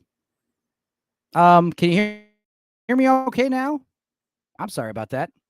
Oh my God. Yeah, the computer restarted. I don't know why that happened. Tommy said that my audio sucks more than the Milfs. Was that because my computer crashed, or it's been sucking this whole time? It could be because I've been sharing screens. Sometimes when you share screen in StreamYard, it'll give you weird choppy audio. So I don't know. He put an F. He put the F in Milf Manor. That's funny. That is funny. I am back though. Okay. Oh no, Barbie got him. By the way, do you know Barbie was a stripper? I didn't know that, Nix. We will return with your Milf Manor shenanigans shortly. Yes, we did. The suspense is killing you. Don't let it kill you. At least Barbie got him and not Lynette. She's mine, all mine, says Black Lives. We're going to fight over it, Black. Or, there's plenty of Lynette for both of us. Shit, she's got 3 holes, 3 holes, and we got 2 dicks. It's plenty. All right, who do I get? Common people, you can have Asian lady. The last 2 hours has been like a horrible, beautiful dream. Now it feels like I've been slapped awake. I'm so sorry. I should have, before my computer froze or restarted, I should have played some music. So yeah, you guys are great. I'm not going to catch up to all the Fs. Roboting a bit, but seems to be stable now. Good. PC restart was what did it. Okay, good. All right, great. So we're back. I'm so sorry, boys. So why did the Nets I don't know why the Nets stole my heart. Joke about real titties, but it's Barbie right here that does this. That kind of is so sweet. It's funny. Like I said, she just kind of not broke up with, but just kind of told Jacob, "Hey, fuck off for a bit. Your dad's hot. All right." What does she say? What does she say to ease the tension? She says this. Do you want to touch my corns? Do you want to touch my corns? Just kidding. No, she's not. She's not kidding. I would touch her corns, though. I would. I'd touch her corns. Distortion, real titties. Okay. Let's see. Let's hear it one more. I don't really want to move too fast with Jacob. I mean, it's very early on, and I want to keep my options open. Do you want to touch my corns? I want to get that clip isolated and use it for, little intro videos. Okay, we got 20 minutes left of this episode and 20 minutes of the stream left. So yeah, and Tarantino totally would. What the fuck? That's like saying to a bird, "Want to tickle my winnets?" So wrong. Black Lives, I want to keep my options open, just like my holes. Yeah, of course. But they're still playing footsie. All right, so time for yoga, tantric yoga date, which is so inappropriate with your dad. Also, your dad's probably, I don't know, both of these guys seem like they're not the most flexible. So yoga in general, if I won the date with someone other than Kelly, obviously, if I want a fancy Milf Manor date, I would hope that I'm going to something fun, something cool. I don't want to do tantric yoga. It's gay. So anyway, let's go do greasy, oily tantric yoga with Kelly. And it's also so difficult to be mature to not smile. I mean, look at this shit. You see what I'm saying? I don't want to dwell too much on the tantric yoga, but this is an awkward scene to say the least. And this is what I was saying to Hostman, the disgust factor doesn't let up. It keeps going. Stop sharing my audio. It keeps going. A threesome. I got to say though, yeah, like I said earlier, a threesome, like fucking a woman with your dad, that's a lot less offensive than sons and mothers involved in orgy stuff. That is awful. I don't know, dude. Looks like the 3 of them were cooked at different settings. Good one, Common. Good one. Yeah, they do. And yeah. But it's funny because obviously Joey already has a thing going with Christina, and this guy is genuinely interested in Kelly, which is good for her, I guess, because she should just take whatever she can get looking like that. This guy, he could probably pick up most of those MILFs if he wanted to. He could pick up any one of them if he really laid down the charm. I mean, he owns Nino's Pizza, charcoal. So anyway, enough with this yoga shit. Let's have the ladies, Christina's upset. She's sad. She's jealous.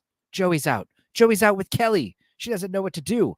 Now, this is where Jacob is over here spilling the tea about Miles, that nobody on the show knows about this drama with Miles and his estranged father. And this is where they are like, oh my God, like Miles hasn't seen him in like 3 years, and they're like, holy fuck, are you for real? Crystal's like, whoa, for real? Like, just the fact that not only is that so awkward and strange and borderline depraved for the show producers to get them together like this, but yeah, it's like, they've been like putting on a good face about everything, like just lying to everybody, acting like everything's chill. I feel like, these MILFs need to be like, look, we don't want to play any more games until dad and son over here, Stacy and Miles, kind of squash their beef. It's kind of, I think this whole show should just like put down the MILF dating stuff for just a second and just kind of like, hey, work out on this Miles thing. This is awful. And yeah, Black Lives, I feel bad for Miles, people. He's trying to have a good time and his old dad is just outclassing him. Yeah, that too. Yeah, his dad is better looking than him, for real. His dad is like pretty cut, pretty ripped. And he's like, he ain't giving a shit about no thing. And we know he doesn't pull out. We know his pull-out game's weak. Anyway, so yeah, poor British Jacob. He's such a optimist, he's such a little youthful soul with hope in his eyes, hoping that Miles and his father can work things out. He's like, I think it's really important that Miles and Stacy work this out. They spend quality time together. I think it's important they have a nice long conversation. And he says he's the only one thinking that it's a good thing these two are brought together. He's the only one on the show that's like, I think it's great that these two, you poor naive little soul, you sweet little boy, you sweet stupid little boy. It's fucked up. It's nothing but fucked up. It's whole levels of fucked up. And yeah, I mean, honestly, even the dad, Stacy's like, look, I mean, it's serious. Like we haven't had any time to talk about it. And now we're like forced to like bunk together. It's awkward. It's the most awkward aspect of the whole show. It's less awkward than doing tantric yoga with a woman and your dad. No, he is a cut. If he was real Brit, he would have just been going around teabagging all the MILFs. Well, I agree with that, Tomby, but not everyone can be Tomby, or can they? Maybe we all are Tomby deep down inside. There's a little bit of Tomby in all of us. Daxonar, it's all bad. Yeah, I agree. And this is why we're going to stop the show in about 15 minutes. So let's just speed along. Kelly makes the weirdest faces. She looks monstrous, demonic, scary. She looks scary. So yeah, it's just weird. And they have this point where they tell them stop smiling. The yoga MILF is like, the yoga teacher's like, please don't smile. Take this seriously. And she has this dumb smirk on her face the whole time. All right, coming up. Yeah. So homeboy gets back from the date and he basically says, this was the most, he says, what does he say? Going on a date with the same woman when you're dead. That was one of the worst nights of my life, he says. And they're like, wait, what? What? You went to a restaurant? And he's like, no, we went to fucking tantric yoga and we were all oiled up. Scary beyond all reason. Yeah, that's it. God, I love that. Emperor's New Groove. One of my favorites. But what's funny is while Joey's telling the horrific story of what just transpired, Barbie's like, oh my God, I'm so sorry. We're making you relive this trauma. Christina is very upset and standoffish and jealous because not only is Joey like, went on a date with fucking stupid Kelly, who we all hate, but also he comes back and he's not even like acknowledging her. He's ignoring her. He's not sitting next to her. He's not saying anything to her. He basically comes down and says, that was awful. I hate it. And I'm going upstairs to change. And granted, he is a little traumatized. So maybe that's why he wasn't, so into putting on the moves. But if I was that guy, I'd be coming right to Christina and just trying to make out again. Get that nasty Kelly and my dad ick off of me. Christina is a dude. Yeah, she is mannish. I've said this. She's got very muscular build, a mannish jaw. She's got those like you think like calloused hands. the kind of hands that feel like concrete, you know? She does have that Southern accent. You know, she seems like the kind of woman who isn't afraid to get her hands dirty. But, you know, sometimes that's not a good thing. You know what I mean? Sometimes it's a bit of a good thing, but too much of a girl who's just like one of the boys, it's a bit much. It can be a turnoff. But yeah. Christina reminds me of the other MILF from the first season who was really horny and really trying to get laid. She was like trying to make out with boys, and none of them were picking up what she was throwing down. Nobody tried to fuck her. She was like, please fuck me. Christina's kind of giving off those vibes. And I agree, Nix. Christina is a handsome woman. She is. Your love of this show is infectious, like syphilis, says Jim Dowell. I don't love the show. We live in a post media consumption age. We're talking about the media is better than the media itself. Okay. Tomby says that is a dude. Well, if it's a dude, then he's got great titties. Why even accept a hand job from Christina? It would just feel the same as always. It would feel like, yeah, myself giving it. I probably have softer hands than her. Let's be real. I only have calluses in specific parts of my hands, whereas like some people have fucking hands that are like fully calloused, you know, bricklayer hands. Oh, sorry, wrong button. So anyway, yeah, she's upset about Joey. And this is where Jamie's like, okay, well, I have something to confide in you. She's like, well, if you had to pick someone, Christina's like, if you had to pick someone to go on a date on, who would it be, Jamie? And she says, look, the thing is, I'm having an eternal struggle because I have a boyfriend. I have a boyfriend in the outside world. Look at Christina's face when she says this.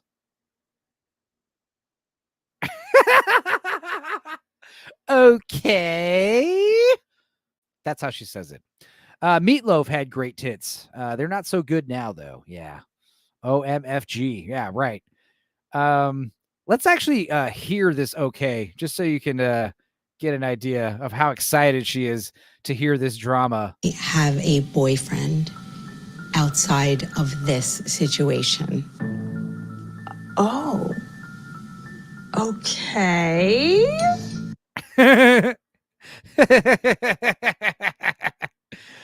It gets better, though. Christina, we're going to learn we're going to learn pretty quickly she can't be trusted with secrets. So, yeah.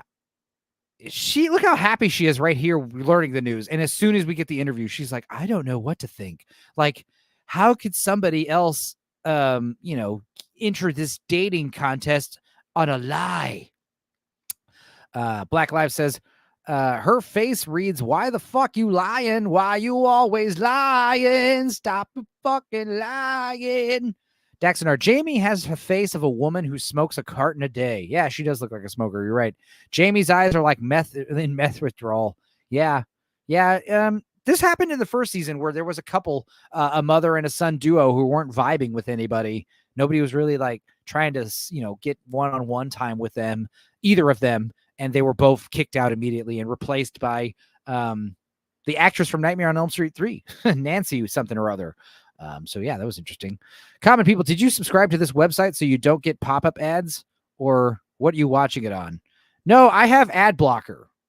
I have uBlock Origin and AdBlock Plus, and the two of those on your Google Chrome browser will block pretty much any ad. I don't get ads on Hulu. I don't get ads on YouTube. I don't get ads on porn sites. Sometimes the ad blocker works too good, though. This film is called Girls Are Not to Be Trusted by Kevin. Daxonar. All right. So she says, does anybody else here know? No, nobody knows. I got to keep it a secret. You just confided this secret on camera. So obviously the producers know. I mean, did they know going in? According to Jamie, she entered the show. She auditioned for the show, and she just got the boyfriend like a few days ago. They were kind of seeing each other. It's kind of getting serious right before she left to the show. But I think the reason why she went to go on the show anyway is because A, she's contractually obligated. She'd probably have fucking TLC killer legally, financially. And second of all, she probably is like a woman just trying to keep her options open, seeing if the grass is greener on the Canadian side. I don't know. The point is, she's just like, look, I wanted to come into this experience. I just don't know what to do. And Christina says, I would never speak on that. I would never tell anybody. And Jamie's like, thank you so much for keeping my secret. And then coming up, I got to tell you something about Jamie. Now this is why it's so funny. First of all, Kelly and Anthony are having some alone time playing cards. Kelly wanted to play war. Anthony wants to play poker. Both are stupid suggestions. Who wants to play poker with one other person? How do you play poker with just two people? Stupid. War is probably a better game to play, honestly. Or go fish, something. I don't know. By got serious, she means did it in the pooper, says Jim. Nick says, I bet blue collar loser's computer has more STDs than LOT. Black Lives says the grass is blacker on the Canadian side, mainly because of all the blackface. Yeah. Oof, that frame. Okay, now this is where it's interesting because Jamie was telling Christina, look, if I had to be interested in one of the guys, it'd probably be Anthony, but I have a boyfriend. So Christina, I think, told her, hey, we'll figure out what you want to do. So she comes straight up to Anthony while he's having one-on-one time with Kelly. He's like, yo, you and me outside right now. Take your glass of wine. And Kelly is obviously slighted by that. Look at her face. This is the face of an angry bitch. She came in and stole him away. Not cool. But nobody understands what Jamie's going through right now. She's literally got her eyes set on one guy. And if it's not going to work, then she's leaving, going back to her boyfriend. So props to her for, kind of having some, standards, I guess. I don't know. How do you want to call it? Blue Collar Loser says, I use Safari and use Apple because it's the superior. Oh my God. That is some boomer shit, buddy. Safari? No. I only use Google Chrome because some point around the few years back, Firefox, I don't know what happened. I used to use Firefox all the time and then something happened and now Firefox uses way too much CPU processing power. I don't know why. Something happened to it. They changed it. They ruined it, man. I don't really care. Tommy says, just run Pi-hole in a VM, configure DNS, and no more ads on any device across the network. Be a nerd, people. Yeah, and I've joked about ad blocks. Ad blocks are fun, but people say, oh, well, they're doing battle against ad block, YouTube and all these other companies. They're going to get rid of ad blocks where ad block doesn't work. Then we'll just start using script blockers, The computer nerds will find a way. And yeah, if the script blockers don't work, we'll just do what fucking Tomby said. We'll run Pi-hole, whatever the hell that is. I only use Chrome for StreamYard, says Blue Collar Loser, because they make you. They make you use Chrome. So yeah, Christina, she keeps this secret for like 10 minutes and goes outside and immediately is like, I've got to tell you something. Keep in mind, all the MILFs are like having a hot tub time. All the MILFs are having hot tub time, and Christina just basically comes up to Lynette because, Lynette is basically, she's the actual alpha. She's the actual, like, mommy of the MILFs. You know what I mean? If any of the other bitches have problems, they're probably going to come to Lynette because she not only is, got alpha MILF vibes, but she also seems, like I said, level-headed and wise. I will drop a link for you to gush over. Piehole.net. It's safe for work, by the way. I will check it out. Northern English Bastard, use Brave VPN. Yes, that also works, of course. And you can also, torrent stuff easily with VPNs. Those are always fun. You can also look at movies that are available on Netflix that are not in your region or country. Yeah, dude, the pop-ups are awful. YouTube ads are awful. Hulu ads are awful. Yeah, everyone's got to get their own fucking method. Also, dark mode. You guys got to get dark mode going. If you guys look at my, I tell this to Lance and shit. Like, look, you see how the way my shit is laid out? Like when I go to YouTube, this is what YouTube looks like.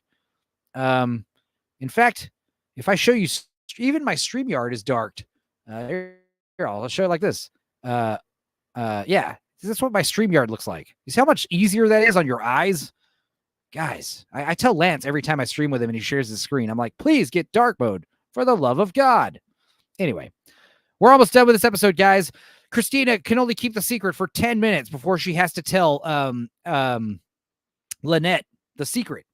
And she basically doesn't say anything. She basically says, look, she may or may not be, she's not feeling anyone because she may be, invested in someone outside.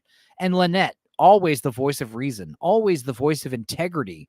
She says it best. She's like, look, this is fucked up because this is a lose-lose situation for Christina. She told Christina to alleviate her own guilt, right? That she's lying, that she's not single. She's lying about being single. And she unloads the guilt off of herself and then passes over to Christina because she told Christina, like, please don't tell anybody. So now it's her burden. And of course, Christina, she does the wrong thing by betraying the trust and telling Lynette. But Lynette's like, you did the right thing, because either if you hold on to it, if you didn't tell anyone and we eventually find out and we found out that you knew all along, then we would know that you're complicit. So you can't really do anything right in this situation. If you don't tell anyone, you're complicit. If you tell someone right away, like you did, you're backstabbing, not secret keeping bitch. But Lynette, again, she's right. She's right. So now it's basically like, since she knows she's got to do the right thing, they got to tell all the other MILFs, and they all collectively have to decide what to do. Now, keep in mind, she's literally over there, like in a fucking paddock right across from them. Like, she's trying to feel out Anthony as this is happening. It's fucking crazy. A couple more chats here. Don't share shit too fast. Fucking Matrix. Well, no, those were screenshots. This is different. So every time I skip forward, it's like skips like 15 seconds, 10 seconds. So, Lance in flash bombing his chat a lot. Can't watch it long specifically because the stream's late hours for me.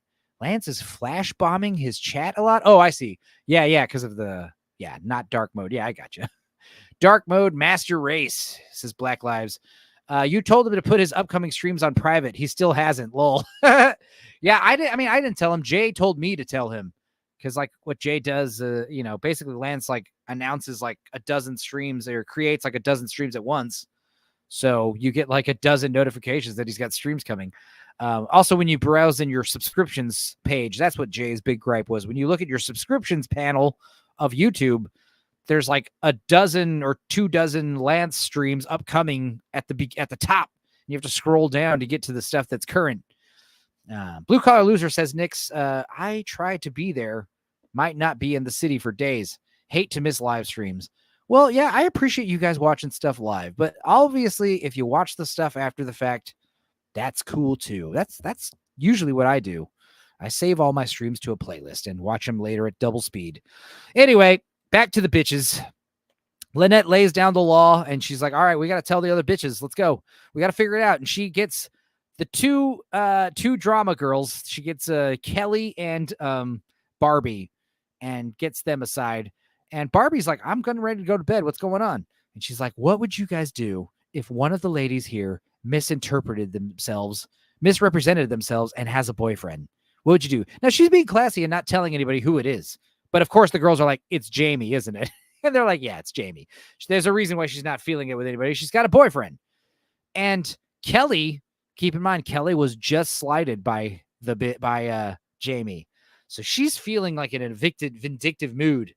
So she's like, we should say something right now.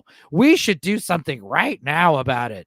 And of course, Lynette's like, well, I don't know. Nope, it's too late. It's too late. We're going. We're picking up and we're walking over there. So they literally storm the fort. Literally, as these two are having a tender moment, these three bitches show up. And Lynette, she's trying to have smile. They're trying to approach. I feel like Barbie's here kind of just for like emotional support and just to kind of see the drama. She was saying, I was going to bed, but not anymore. Kelly, though, she comes right up to her. What the fuck? You have a boyfriend? Awkward. She doesn't know how to respond to that. And she's like, look, seriously, if you have a boyfriend, you need to tell us yes or no. And even Anthony's like, hey, guys, chill. And she's like, no, we need to know. And he's like, yeah, I know. Why are you looking at him? And he's like, look, it's not about that. We don't need to attack her. We don't need to go. He's like, no, it's not about being nice. Do you have a boyfriend? Yes or no? Okay, look. Here we go. This is a good moment. This is a big, good moment. Okay, so I really don't like when people are in my face. So take a step back. Oh my God. Now, I want to say that's how the episode ends, guys. So we might get a cat fight right at the beginning of the next episode. So we'll see. But yeah, next time, fucking who cares about next time? I don't know. it's just, this is where I was like, no more, Megan, please, no more. And she was like, I agree. So we took a break and I decided to go live and tell you all about what the fuck I just witnessed. I hope you all liked it. I hope you all liked hearing about it from me. So before we sign off, let's go ahead and say a few more of these stream chats. Wait. This can't be a Milf Manor 2 episode. Barbie has not mentioned that she was a stripper. So what show is this? I agree. Yeah, I don't think she brought it up in the 3rd episode. You might be onto something there. Blue Collar, check out the new song When You Can Mix. Hardest one I've done, but not happy with the end product. Darn. Been loving the song so far, Blue Collar Loser. Yes, we all have been. And, it's like some of them, like, we're not going to get upset if you go, to a different genre or something. Yeah. I mean, maybe since it's Gemini season, maybe do some nice, like a 2-step or a disco beat. I don't know. Kelly be like, rawr. Yeah, that is her face. We should watch the next episode live. I don't think they'd allow that. Unless, we were in the Discord just doing it unrecorded off of YouTube. I'm sure that could be fine. It's common people so bad it's good and then bad again. Yeah, exactly. Jim Dow, I want to say thank you. I will say God bless you, Stupenzo. Well, thank you, Jim. That is much appreciated, and God bless you too. God bless all of you. Non-ironically, God bless you all. You're all great. Blue Collar Loser says, fuck that. We're watching MacGruber live. Okay. I'm down like a clown. Nick says, it was a good wake-up stream. 7 out of 10 on the coffee scale. Hell yeah. That was the most time I've ever focused on reality TV. Brain is gloopy. I agree. I did 6 hours. You guys did 3 hours, but keep in mind, I had to watch the 3 episodes previously. So I want to thank you guys for being here tonight. And I want to thank Tomby for getting me over 400 subs. So I will record a song to post on YouTube soon. In about 8 hours, we will be on Blue Collar Losers channel to watch The Prestige, which is awesome. It's a great movie. I'm excited. That's why we're starting an hour early. It's a longer movie. And then after that, we'll be on Lance's channel to talk about Nielsen ratings. I'm going to recommend some pretty cool movies. And yes, congrats on 400. Thank you, Nix. I appreciate it. Thank you, Tomby, again. Thank you, Tomby Bot. Thank you, Tommy Does Gaming. Thank you, all the other Tommys in the chat. Common people, Tomby people, thank you. A blessing from the gods. Bless you all too. You hit 1K, I'll sing with you. Hell yeah. Yeah. I mean, that would be something. That'll be next year, I'm guessing. Is the song going to be Baby Got Back or X Gonna Give It to You? I think I'm going to do a song for Lady Sonia. Sonia Lisette. I think I got a little song she requested. So a song from a Disney movie, an older Disney movie. That's all I'm going to say. And maybe I'll throw in a second song. Who knows? I don't know. I'm just shooting this shit, you guys. But yes, thank you guys so much for being here. And then after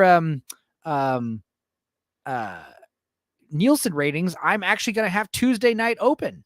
So I might just be in the chat because I know Gooch is going to start talking about X-Men 97 on Tuesdays. And I am sitting this show out. I'm also sitting out Wednesday's Akira stream on Gooch's channel, but I might be popping in pretty often on Gooch's Wednesday streams for his movies. So yeah, Sonia. Yeah, Sonia's great, isn't she? Is it the Crows song from Dumbo? No, it isn't. It isn't. That would be fun though. I should do that.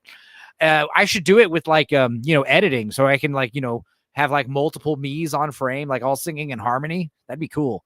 Pumpkin is doing The Crow tonight. That's right. Tuesday night, The Crow with Gord King. That's also going to be fun.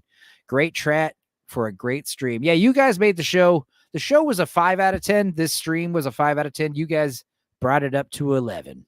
So cheers to all of you. I'm going to stop sharing my screen now. Let's see. Let's do that. And yeah, let's play some outro music. Or should I play an outro video? Let's play an outro video. Let's do Mop Ties. This is a Puff production. They thought they had us in the first half, huh? Nah, I am that! That boy gonna leak, that boy gonna die. Know that I'm him, cause there's only one out. Bitch, I'm rolling in the deep. Set them on fire, bitch, I'm staying with a tail. Got she back your line, yeah. We really turning that tide. Really, we're really living that life.